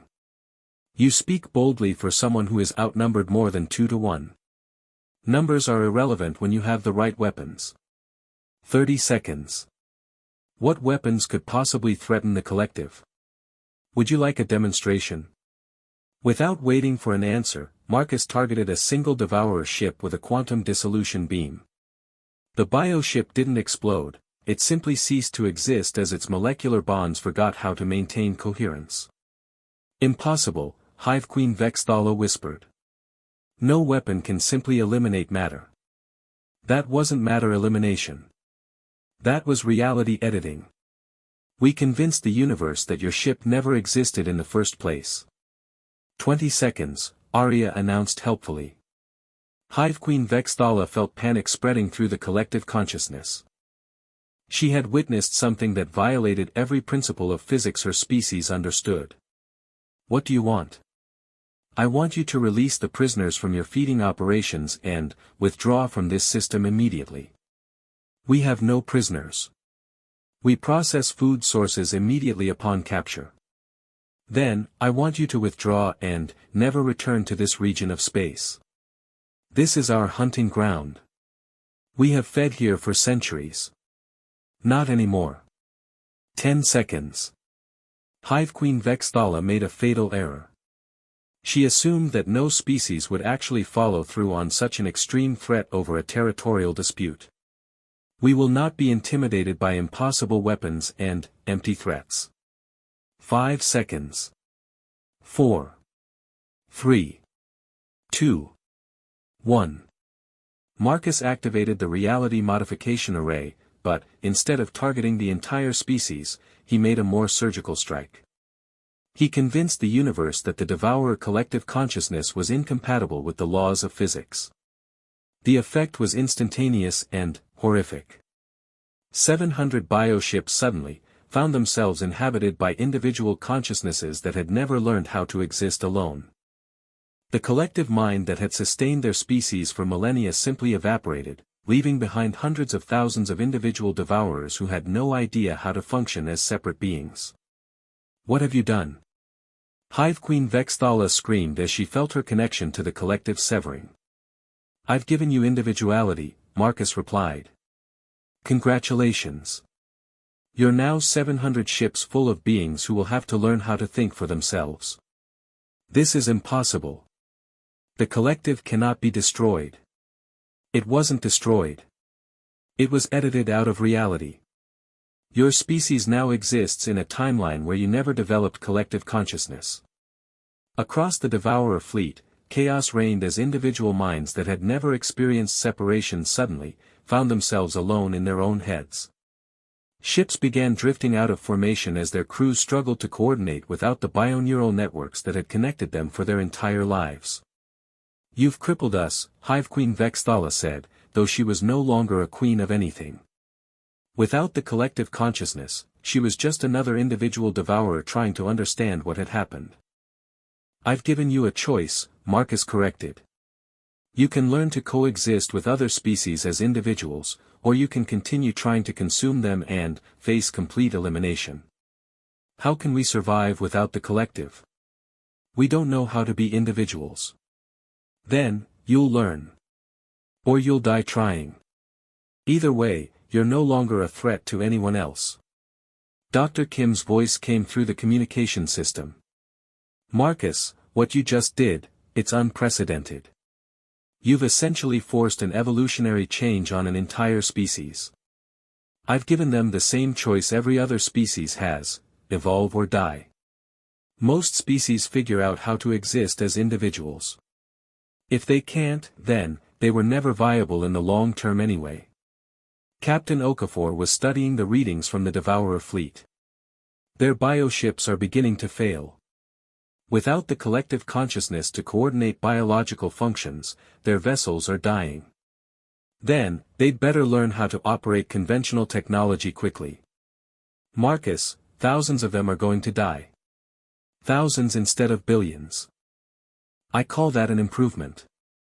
Across the Devourer fleet, individual captains were trying to establish communication with each other using conventional technology they had never needed before. Some were succeeding, creating small groups that worked together through spoken language rather than bioneural networks.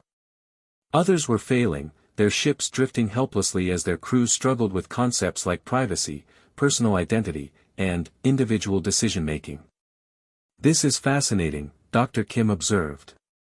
"You've essentially created a controlled extinction event. The Devourers as they existed are gone, but the Devourers as individuals have a chance to survive if they can adapt." "It's more humane than what I did to the Zarathi," Marcus replied. "Is it? At least the Zarathi died quickly. These beings are experiencing the psychological equivalent of having their entire reality torn apart. The Zarathi would have rebuilt their empire and continued their expansion. The Devourers have a chance to become something better. And, if they can't adapt, then, they'll die as individuals instead of as a collective. Either way, they're no longer consuming other sentient species." The conversation was interrupted by a new voice on the communication channel, one of the former Devourer commanders who had managed to establish individual control of his ship. "Human commander," the voice said, speaking slowly and carefully as if the words were unfamiliar, I am commander. I need a name. I was part of the collective. Now I am, individual." "Yes," Marcus replied.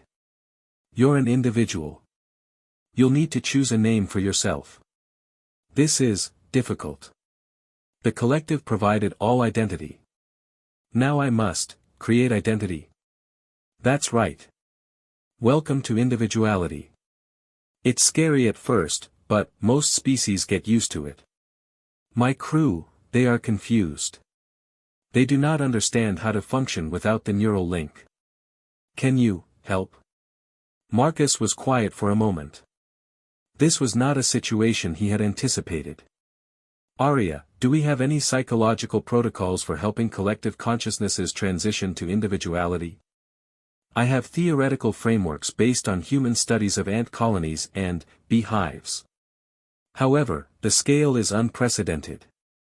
"Dr. Kim," Marcus said, "you're our expert on consciousness. Can you help them?" "I can try. But, Marcus, this is going to take years. Maybe decades. We're talking about helping an entire species learn how to exist in a completely different way. Do we have years? We have time. The immediate threat is neutralized. The Devourers can't coordinate large-scale operations without their collective consciousness. But, if we're going to help them transition, we need to commit to seeing it through." Marcus made a decision that would change the nature of humanity's role in the galaxy. Instead of simply eliminating threats, they would now be responsible for rehabilitating them. "All right. Dr. Kim, set up psychological support teams on each of our ships. Captain Okafor, deploy medical vessels to assist with their biological needs. We're going to help them learn how to be individuals." "Marcus," Captain Okafor said, "this sets a precedent. If we're going to rehabilitate every aggressive species instead of eliminating them, then, we're going to be very busy. But, maybe that's better than being very effective at genocide." Over the following weeks, human ships worked alongside former Devourers to establish basic communication protocols and individual identity frameworks. It was slow, difficult work, but, gradually the former collective began to function as a confederation of individuals. Some of them adapted quickly, embracing the concept of personal identity with enthusiasm. Others struggled, forming small sub-collectives that provided some of the comfort of shared consciousness while still maintaining individual awareness. A few couldn't adapt at all and died from the psychological trauma of separation. But most survived, and slowly began to develop something the Devourers had never possessed before: empathy for other species. It's remarkable, Dr. Kim reported after a month of work. Without the collective consciousness driving them to consume other species, many of them are actually quite peaceful. They're developing individual personalities, personal interests, even what we might call friendship. Are they still dangerous? Marcus asked. Some of them are. Individual aggression exists separate from collective hunger. But, we're seeing a significant reduction in hostile behavior overall. What about their bioships? That's the interesting part. Without the collective consciousness to maintain them, the ships are evolving. They're becoming symbiotic rather than parasitic, partners with their crews rather than extensions of a hive mind. Marcus studied the reports from the rehabilitation teams. The project was working, but it was also incredibly resource-intensive. Each former devourer required individual attention, psychological counseling, and basic education in concepts they had never needed to understand. Arya, how long before they're self-sufficient? Current projections suggest 2 to 3 years for basic individual functionality. 5 to 10 years for full integration into galactic society. And, in the meantime, they're completely dependent on us for survival. We've essentially become responsible for an entire species. Marcus contemplated this as he watched the former devourer ships learning to operate in formation through vocal communication and electronic signals instead of bioneural networks. Captain Okafor, he said finally, send a message to the Galactic Alliance. Tell them we've neutralized the devourer threat, but we're going to need long-term support facilities for rehabilitation efforts.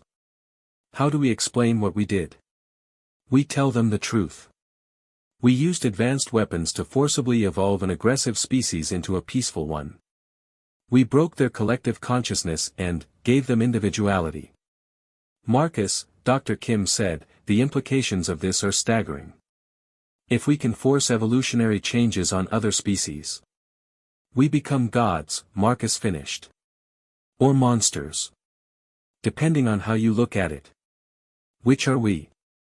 Marcus looked out at the stars, knowing that somewhere among them were other species like the Zarathi and the Devourers, species that posed threats to galactic civilization and might require similar intervention.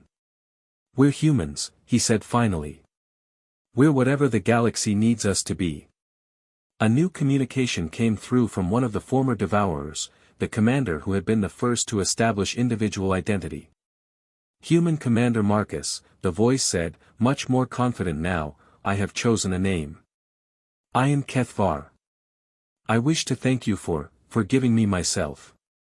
You're welcome, Kethvar. How are your people adapting?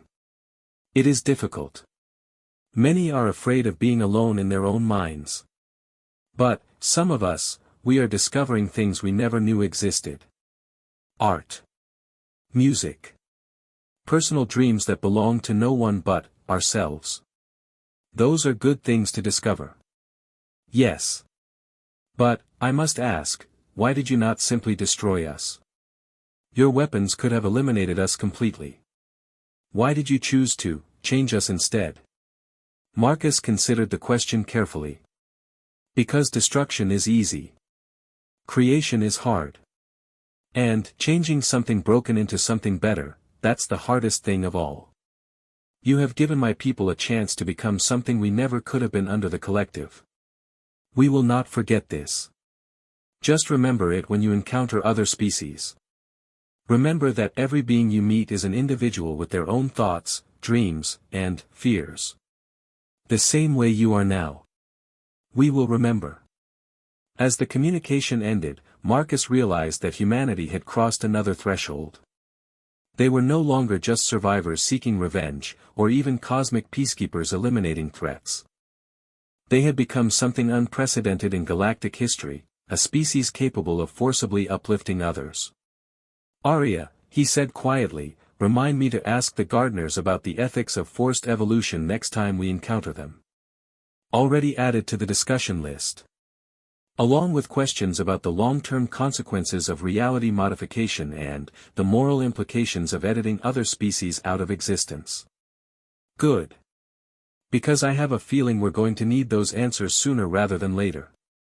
The human fleet began moving toward their next assignment, a species called the Ravagers who had been systematically destroying entire star systems for reasons no one understood.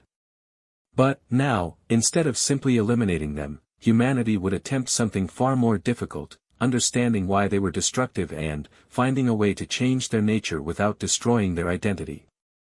It would be the hardest mission they had ever undertaken. But, then, again, humans had always specialized in attempting the impossible. As they entered hyperspace, Marcus reflected on how far they had come from the scattered survivors of Earth's destruction. They had become something new, something unprecedented, something that existed between salvation and damnation. They had become the galaxy's conscience, armed with weapons that could rewrite reality itself and, burdened with the responsibility of deciding which species deserved to exist and, which needed to be changed. It was a responsibility that would have crushed most species. But, humans had always been good at carrying impossible burdens. They would learn to carry this one too. 2 years after the Devourer Rehabilitation Project began, humanity had established itself as something unprecedented in galactic civilization. They were no longer just another species struggling for survival, they had become the arbiters of which civilizations would be allowed to exist and, how they would be permitted to develop. The Galactic Alliance Council chamber on Nexus Prime buzzed with tension as representatives from 300 species gathered to address what many were calling the human question. At the center of the debate sat Ambassador Elena Vasquez, one of the few human survivors with diplomatic training, facing an assembly that viewed her species with equal measures of awe and terror. The floor recognizes the representative from the Altarian Confederation, announced the council speaker, a tall, crystalline being whose body refracted light into complex patterns. The Altarian delegate, a being that resembled a cross between a praying mantis and a jellyfish, rose to address the assembly. Honored colleagues, we gather today to discuss a species that has fundamentally altered the balance of power in our galaxy. In less than 3 years, humanity has eliminated the Zarathi Empire, forcibly evolved the Devourers, pacified the Ravagers, and, most recently, convinced the entropy cults to abandon their reality destruction projects. A murmur rippled through the assembly. The entropy cults had been considered an unsolvable problem, fanatics who believed that destroying reality would achieve some form of cosmic enlightenment. Most military experts had assumed they would eventually succeed in destroying several star systems before anyone found a way to stop them. The question before us, the Altarian continued, is whether humanity's methods represent salvation or tyranny. They possess weapons that can rewrite the fundamental laws of physics, and they use these weapons to forcibly alter other species according to their own moral framework. Ambassador Vasquez rose to respond. Honored delegates, humanity did not ask for this responsibility. We were victims of the same aggressive expansion that threatened all of your worlds. We developed our capabilities out of necessity, not ambition. Necessity. The delegate from the Quantum Collective, a species that existed as pure energy, shimmered with what appeared to be skepticism. Necessity required you to eliminate the Zarathi Empire. But, what necessity required you to rewrite the cognitive structure of the Devourers? What necessity demanded that you convince the Ravagers to abandon their systematic destruction of uninhabited systems? The necessity of preventing future atrocities, Elena replied. The Devourers would have continued consuming sentient species indefinitely. The Ravagers were destroying systems that could have supported life. The entropy cults were literally trying to end reality itself. But, who gave you the authority to make these decisions? Demanded the representative from the Hive Worlds, a species that had evolved from social insects. Who appointed humanity as the guardians of galactic civilization? Elena was quiet for a moment. It was a question that had haunted humanity since they first received weapons from the gardeners. No one appointed us, she said finally. But, when we found species committing genocide, consuming sentient beings, or threatening the existence of reality itself, we couldn't simply stand by and watch. We had the power to stop these atrocities, so we did. And, in doing so, you've made yourselves the ultimate authority on which civilizations are allowed to exist, the Quantum Collective representative pointed out. How are we to know that humanity won't decide our civilizations are flawed and need to be corrected? The question hung in the air like a death sentence. Throughout the assembly, delegates shifted uncomfortably as they contemplated the implications. Every species present knew that if humanity decided they were a threat, they could be eliminated or fundamentally altered within hours. Perhaps, said a new voice, that question should be answered by humanity's actions rather than their words. All eyes turned to the speaker, a tall, gray-skinned being with large black eyes that seemed to contain infinite depth. The delegate wore no identifying markers, and their species was not immediately recognizable to most of the assembly. Identify yourself, the council speaker requested. I am Observer Zenthera of the Eternal Watchers. My people have been monitoring galactic civilization for over 50,000 years, recording the rise and fall of empires, the development and extinction of species, the great cycles of creation and destruction that define cosmic history. A hush fell over the assembly. The Eternal Watchers were legendary, a species so ancient and powerful that most civilizations considered them to be myths. We have observed humanity's actions with great interest, Observer Zenthera continued. In our long history, we have seen many species develop the power to reshape reality. Most use this power to expand their territory, eliminate competitors, or impose their will on others. Humanity is the first species we have observed to use reality-altering weapons primarily for the protection of other civilizations. Protection? The Altarian delegate challenged. They eliminated the Zarathi Empire completely. The Zarathi Empire had committed genocide against 17 species and was planning to exterminate 43 more. Humanity's elimination of that empire prevented the deaths of trillions of sentient beings. But they forced evolutionary changes on the Devourers without consent. The Devourers were in the process of consuming the populations of 12 worlds when humanity intervened. The alternative to forced evolution was complete extinction. And, the Ravagers? They were only destroying uninhabited systems. Systems that contained developing life that would have become sentient within 50 to 100,000 years. The Ravagers' actions constituted genocide against future civilizations. Observer Zenthera moved to the center of the assembly, and, as they did, the air around them began to shimmer with images from galactic history. We have seen this pattern before, they said, and the images showed the rise and fall of dozens of galactic empires. Aggressive species expand until they encounter an equally aggressive species, leading to wars that devastate entire sectors. Or peaceful species develop advanced weapons and use them to impose their vision of order on the galaxy. The images shifted to show humanity's actions over the past 3 years. But, humanity has done something unprecedented. They have used ultimate power with restraint. They could have eliminated every aggressive species in the galaxy, but, instead they chose to offer alternatives wherever possible. They forced evolution rather than extinction, rehabilitation rather than elimination. That's still tyranny, the Quantum Collective representative argued. Benevolent tyranny, perhaps, but tyranny nonetheless. Perhaps, Observer Zenthera agreed. But, consider the alternative. Without human intervention, the Zarathi would have continued their expansion until they controlled half the galaxy. The Devourers would have consumed hundreds of species. The Ravagers would have destroyed thousands of potential worlds. The entropy cults would have succeeded in their reality destruction projects. So you support humanity's actions? We observe. We do not judge. But, we will share what our 50,000 years of observation have taught us. Power without restraint leads to tyranny, but, restraint without power leads to extinction. Humanity possesses unprecedented power but, has shown unprecedented restraint. This combination is so rare that in our long history, we have observed it only 3 times. What happened to the other species that achieved this combination? Observer Zenthera was quiet for a moment. One transcended physical existence entirely and became pure energy.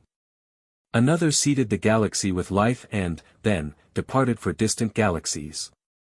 The third. They paused, the third became the gardeners.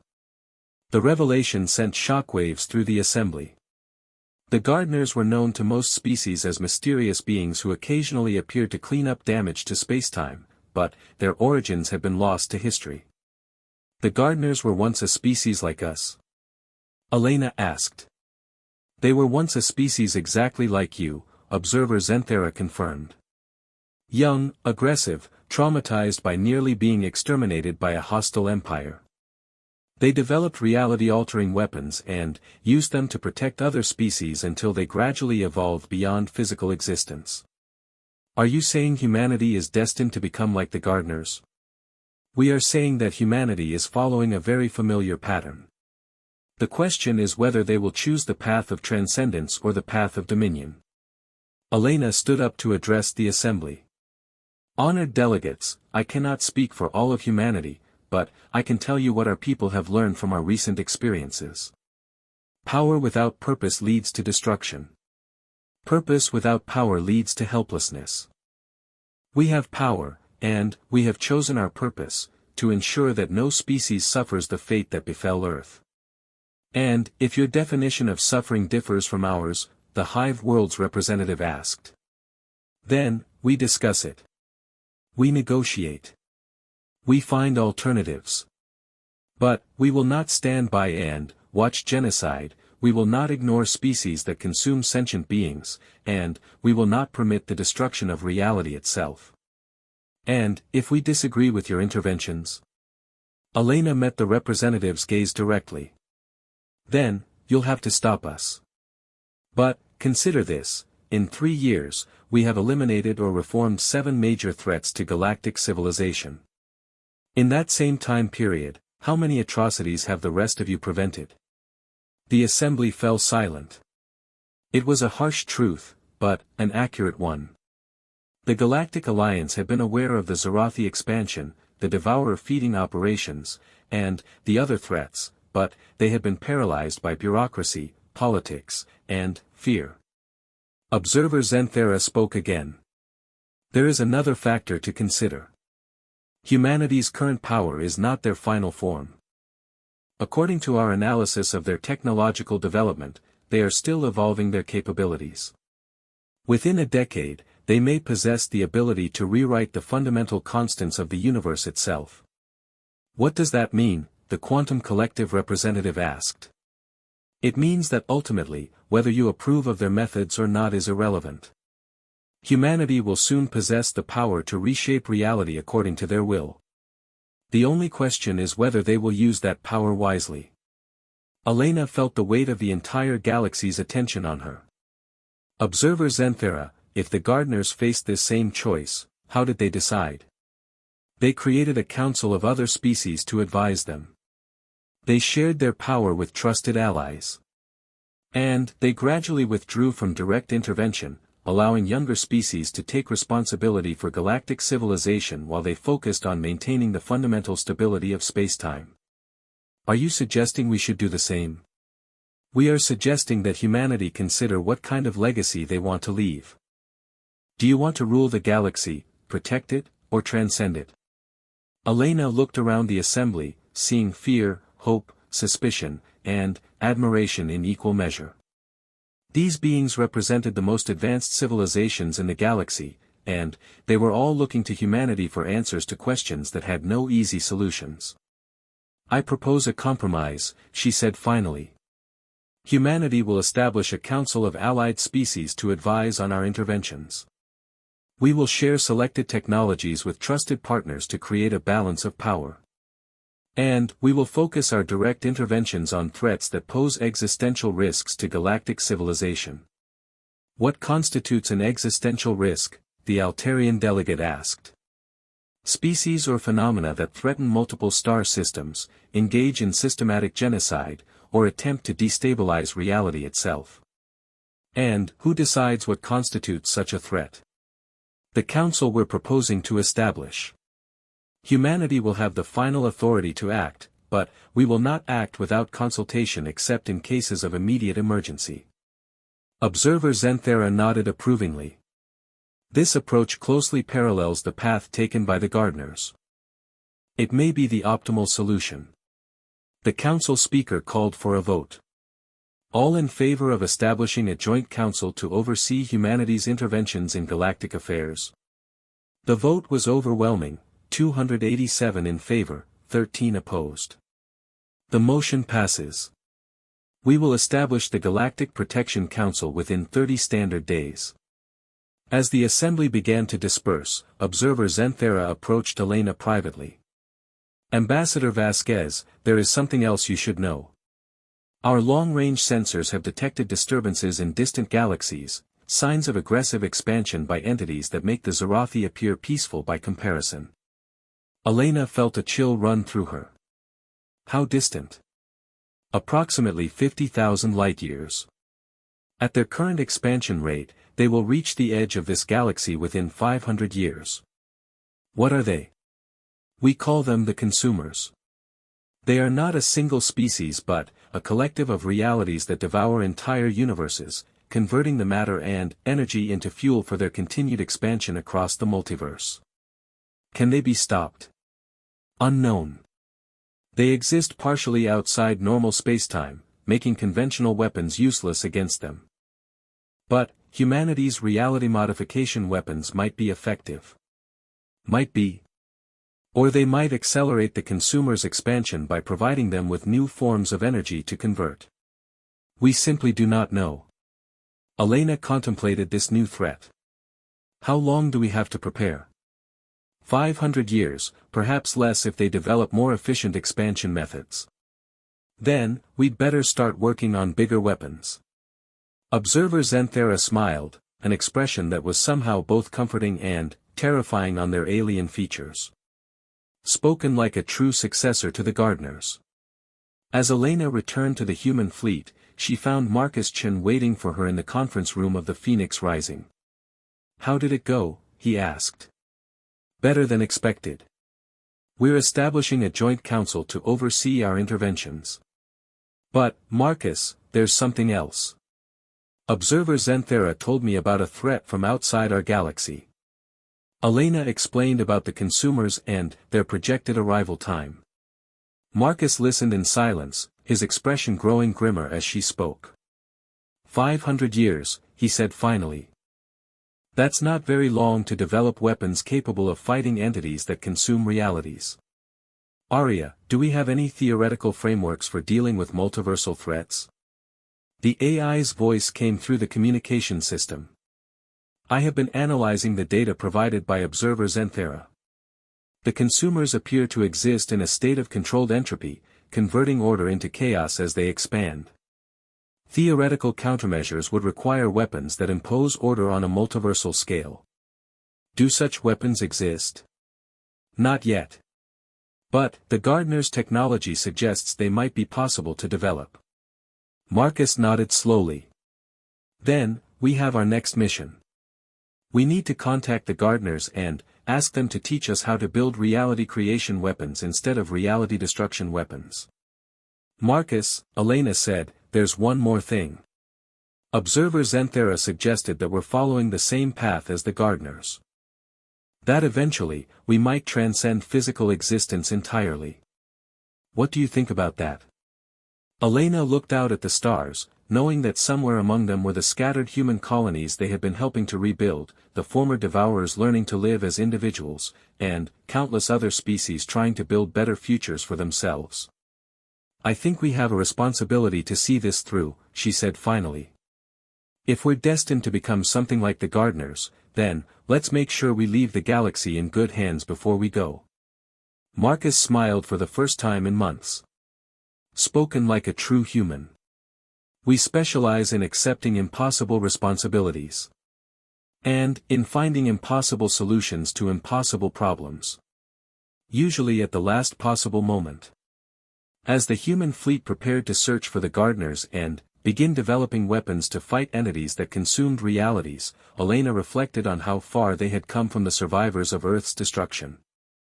They had started as refugees seeking revenge. They had become cosmic peacekeepers eliminating threats. They had evolved into guardians forcing the evolution of dangerous species. And, now they were becoming something unprecedented, a species preparing to defend not just their galaxy, but the very concept of existence itself. It was an impossible responsibility. But, then, again, humans had always specialized in the impossible.